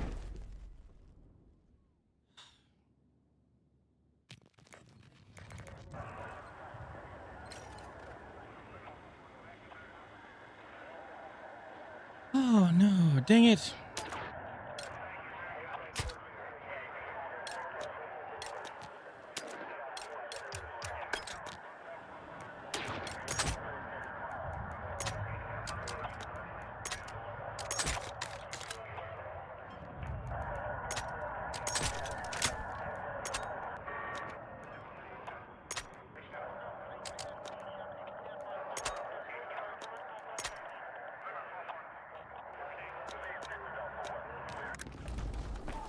I will say that is one thing I do not like.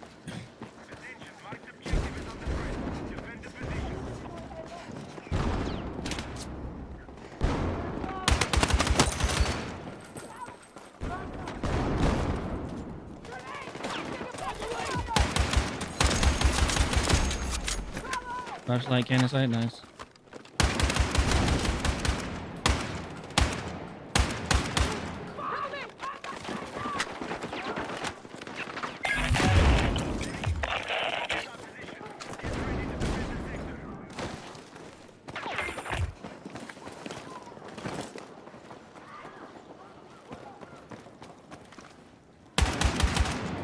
Frag away.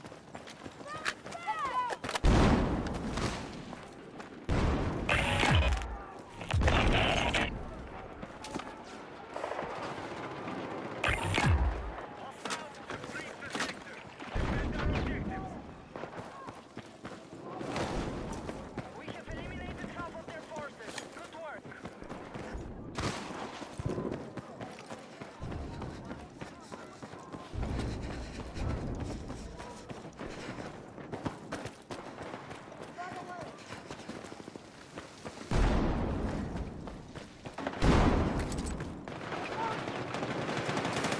Hawk them down!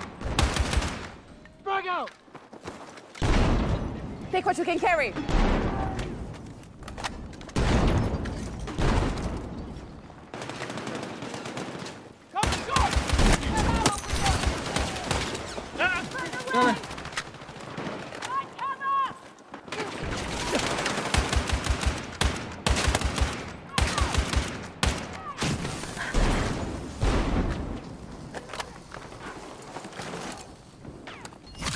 Hold it ready!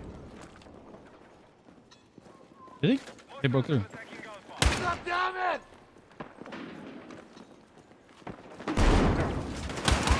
Stop them!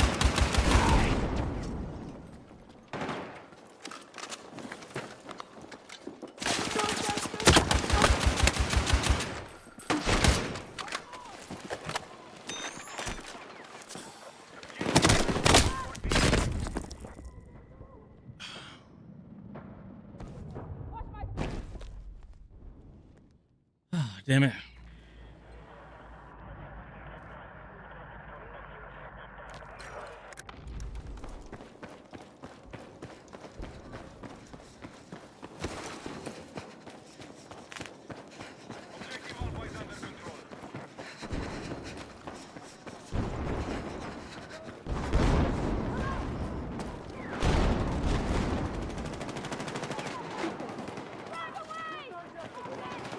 Could pop a 1 hour, but I don't want to do that though.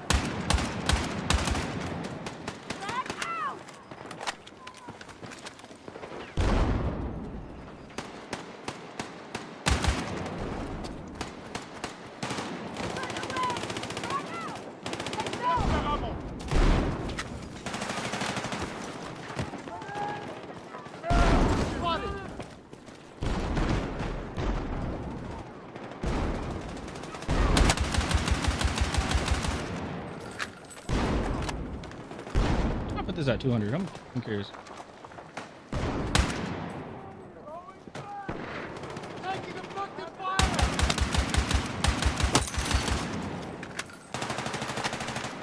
I mean, it doesn't really make sense.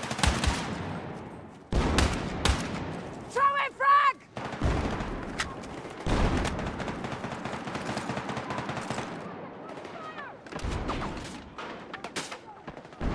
Get their ammo! Alright! Now!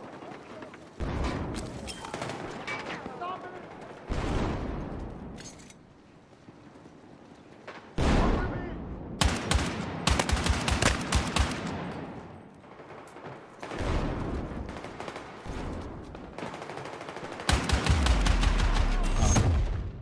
What? Bum bum. Bam bam. Bam bam. Okay, so now I can leave Hagenthal and probably play just regular. Yes. We'll see. We'll go to breakthrough and yeah. I'm fine. All right. Nope.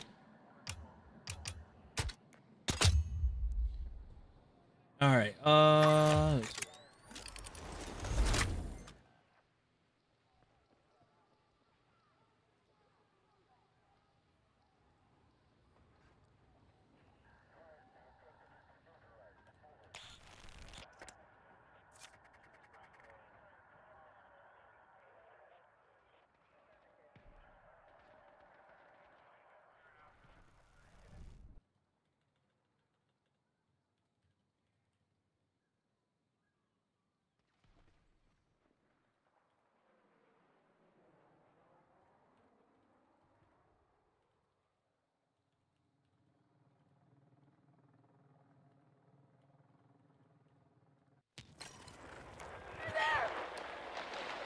What are we attacking? We are. Be advised, enemy forces are dug in across multiple sectors. Break their defenses and secure all territory. Move out.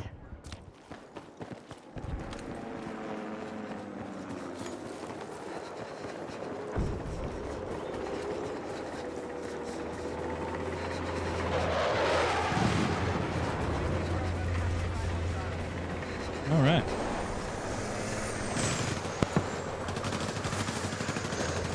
I heard a pop.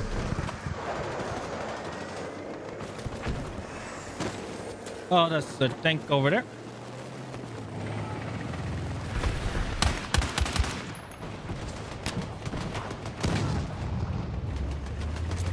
That's a grenade I just threw.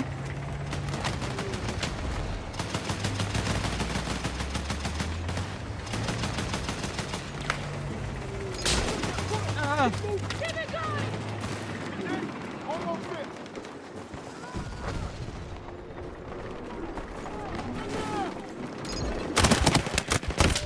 Whoa, wait, hold on. Wait a minute. Man down!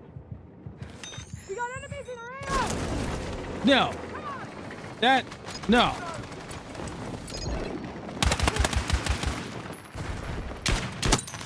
Bitch.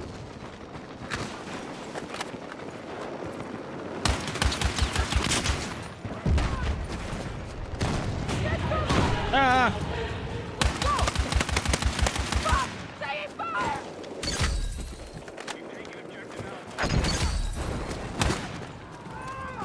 Watch my step! Hey T, what's going on?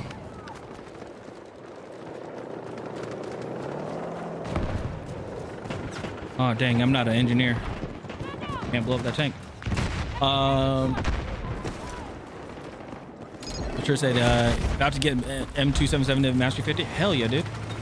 What are your thoughts on the weapon? Some people said that they love it. Some people said they hate it. And I was like, really? Shit. I'm not using smokes. That's no. Grab what you can!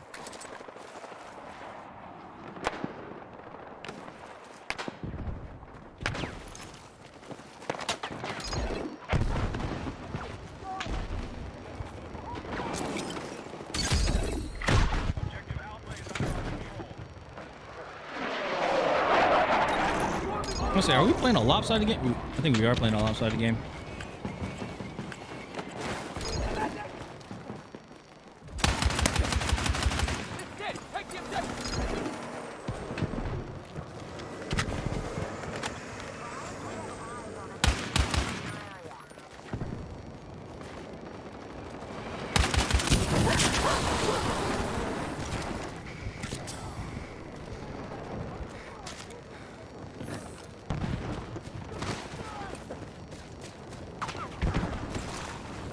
Frag out!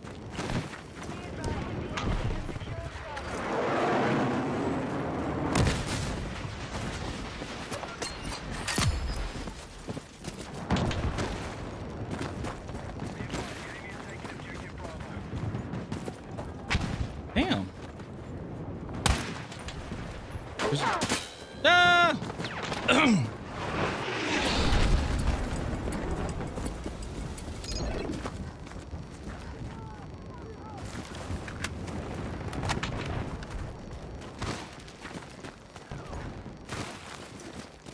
Need a freaking.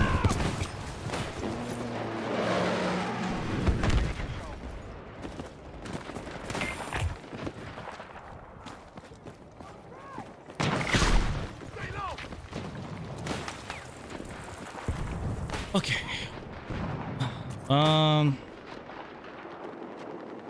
There's a tank on the very far side. Enemy tank spotted!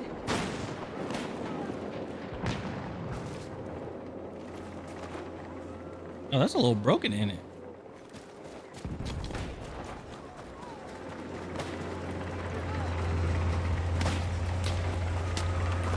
No. No. No!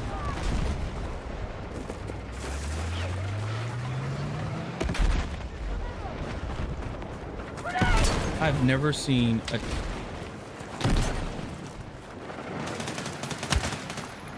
I've never seen that happen ever in my life. Get cover! Cover me!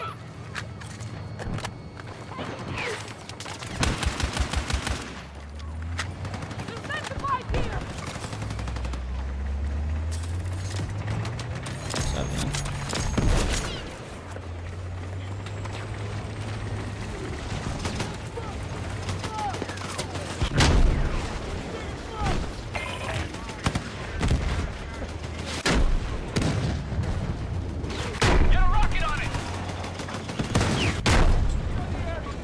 Fuck it.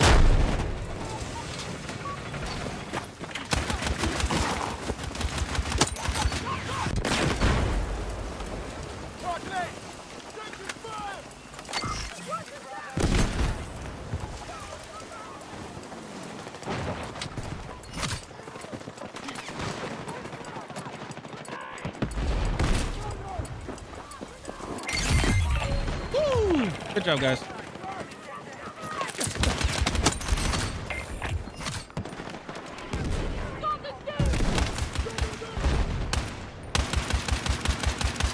Oh. Lucky.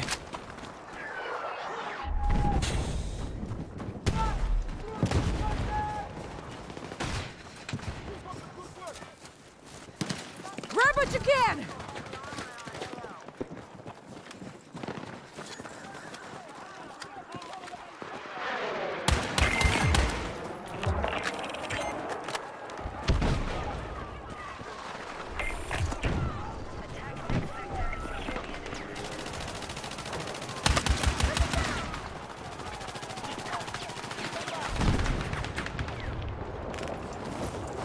what you can!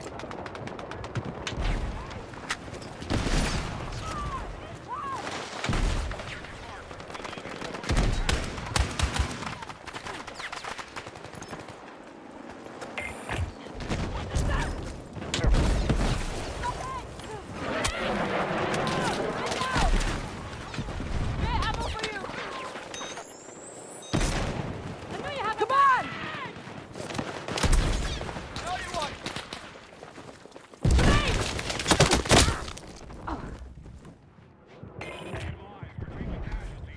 Damn. It's like a Mack truck hits. Woof. That's gonna be good. Gonna be a good gun to use. Well, probably by the time when I use it, they might buff it or nerf it.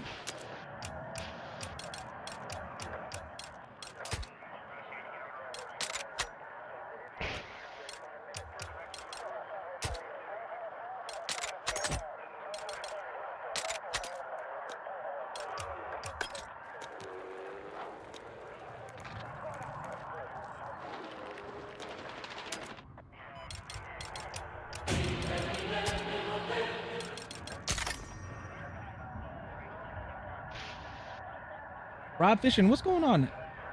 This game looks fun. I have not played since Bad Company 2. It's a pretty fun game.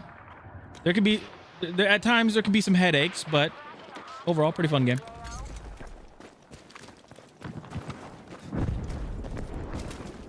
But I mean that's typical gameplay, you know. How you doing? I haven't played since Bad Company 2, man. So you're like way back. Nothing wrong with that. The last one, a lot of people saying like the last good Battlefield was Battlefield 4. A lot of people were saying Battlefield 4. Some people were saying Battlefield 5. And I was like, damn. Okay, so there's got to be a tank somewhere, right? That vehicle. There.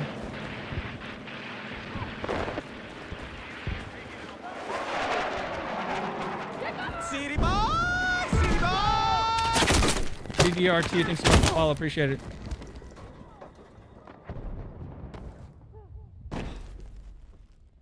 Wasn't paying attention. Okay. All right. Let's see, where we at? What are you doing? Oh, shit. Thanks for that.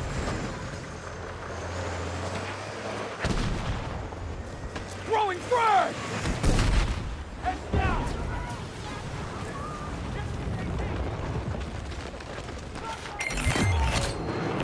Oh.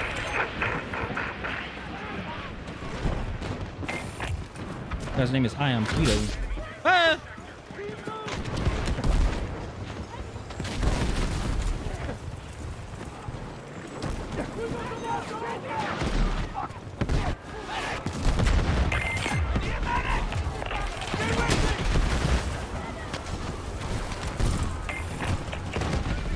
Did that not? Did you not go through? You did not go through. Go, go, go! Go, go! Rocket? Watch him down!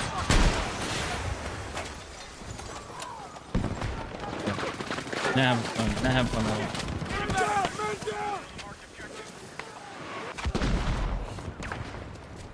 all. Oh.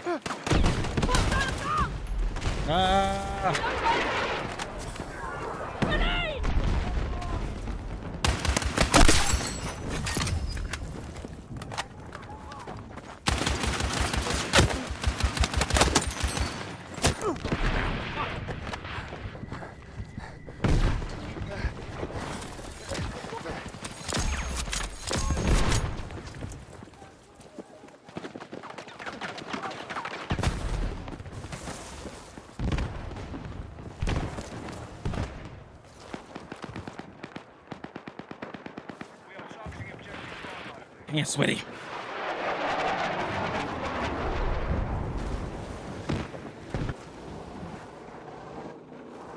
Okay. Then a predicament. Guys over there. Guys over around. Fuck it.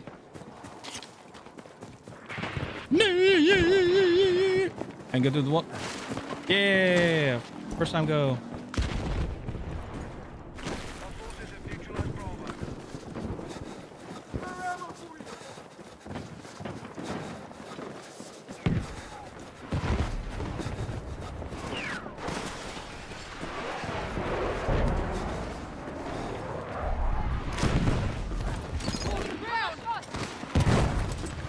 Get down!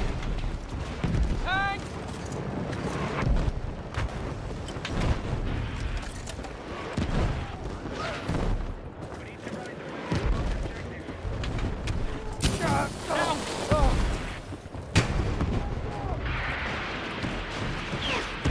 Oh, I dinked it. Oh shit! It's 10. Bam! Dink the hell out of it.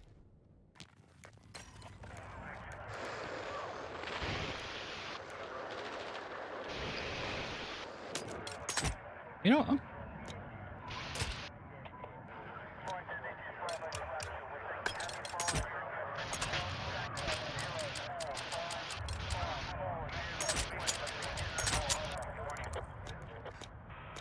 I'm gonna try some.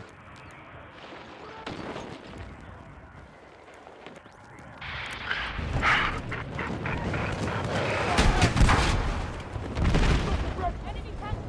Yeah, cool guy. I don't know his name. Stand by! Explosive ready!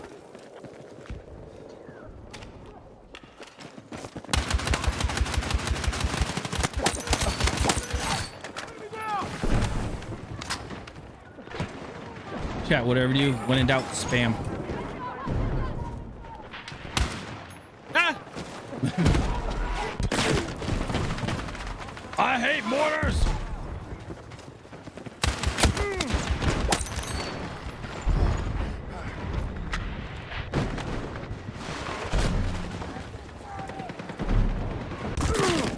What?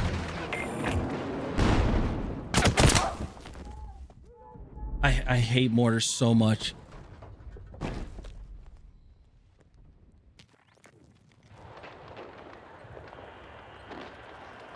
The pain, such a pain.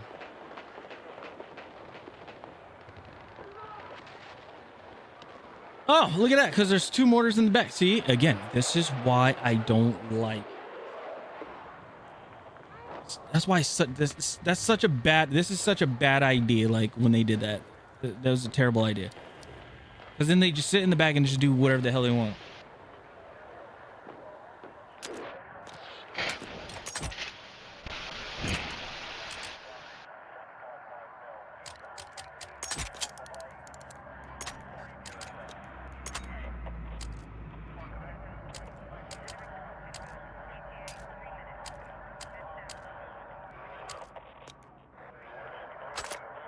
Wait. Here's,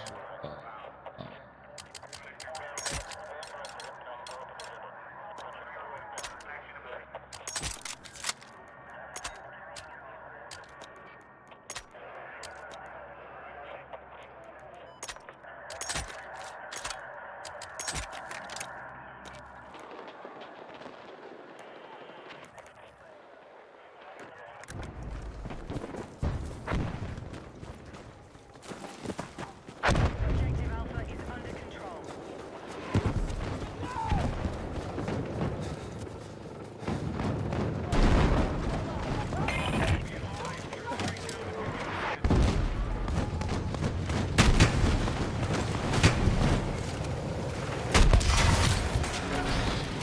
what a trap! That was actually very interesting.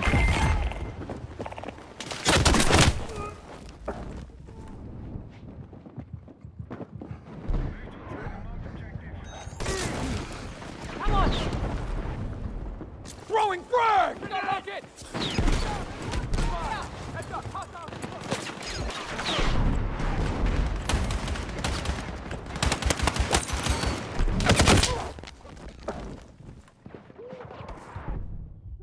Oh, gunslinger didn't do nothing.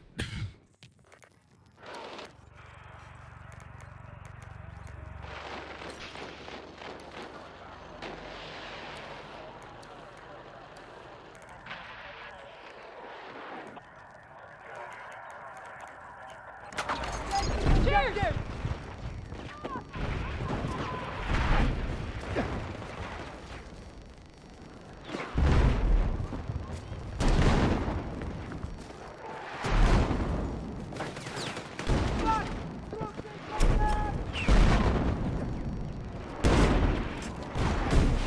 Grenade! Cover lock!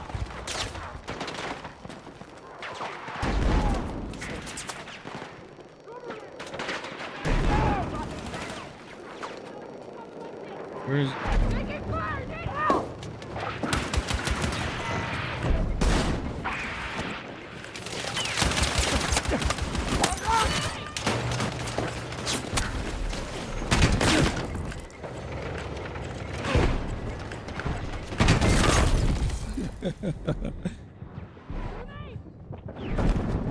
put some damage on him?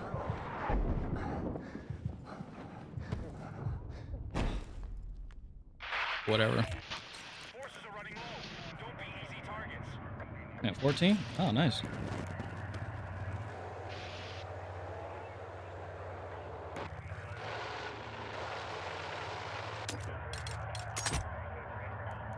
Oh, why do I have this on there? Oh.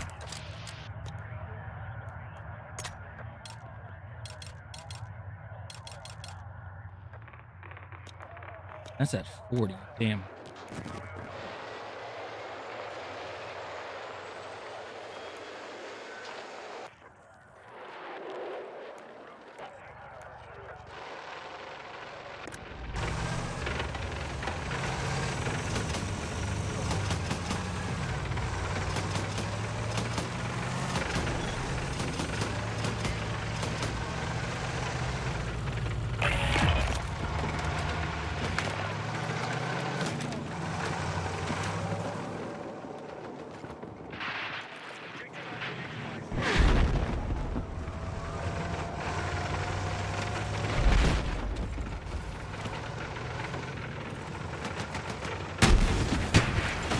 No, no, no, no.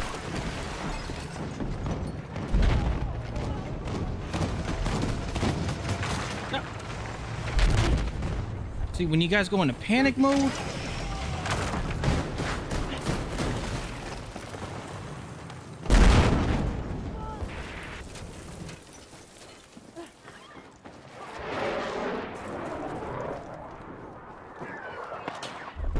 Under enemy control.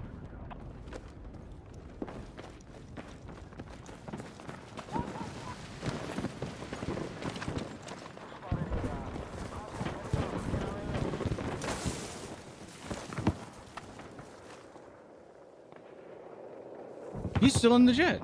Yeah.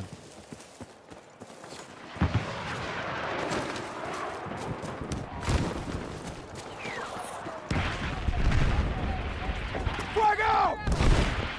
Head down!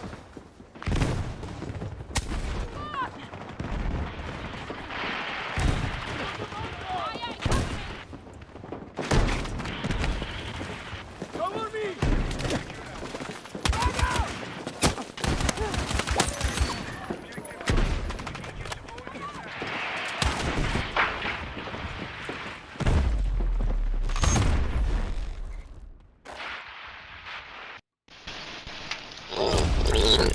That was. Man, that was a rough one. That was a really rough one.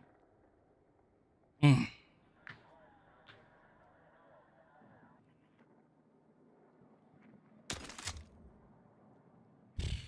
Um.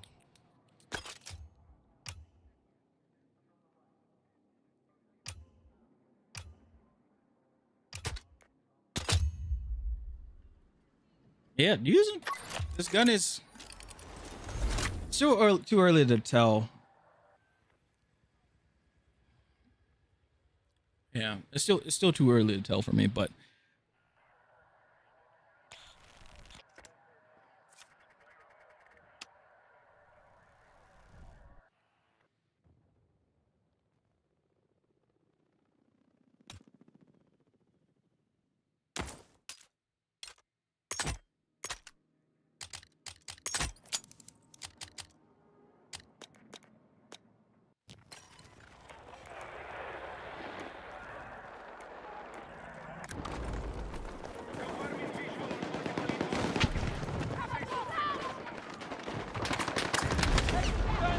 goes. Oh, bots. Bots.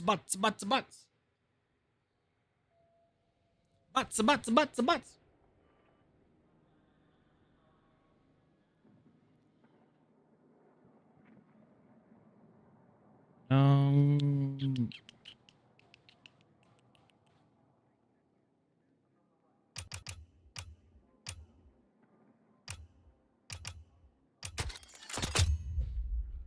yeah, one more time. One more go.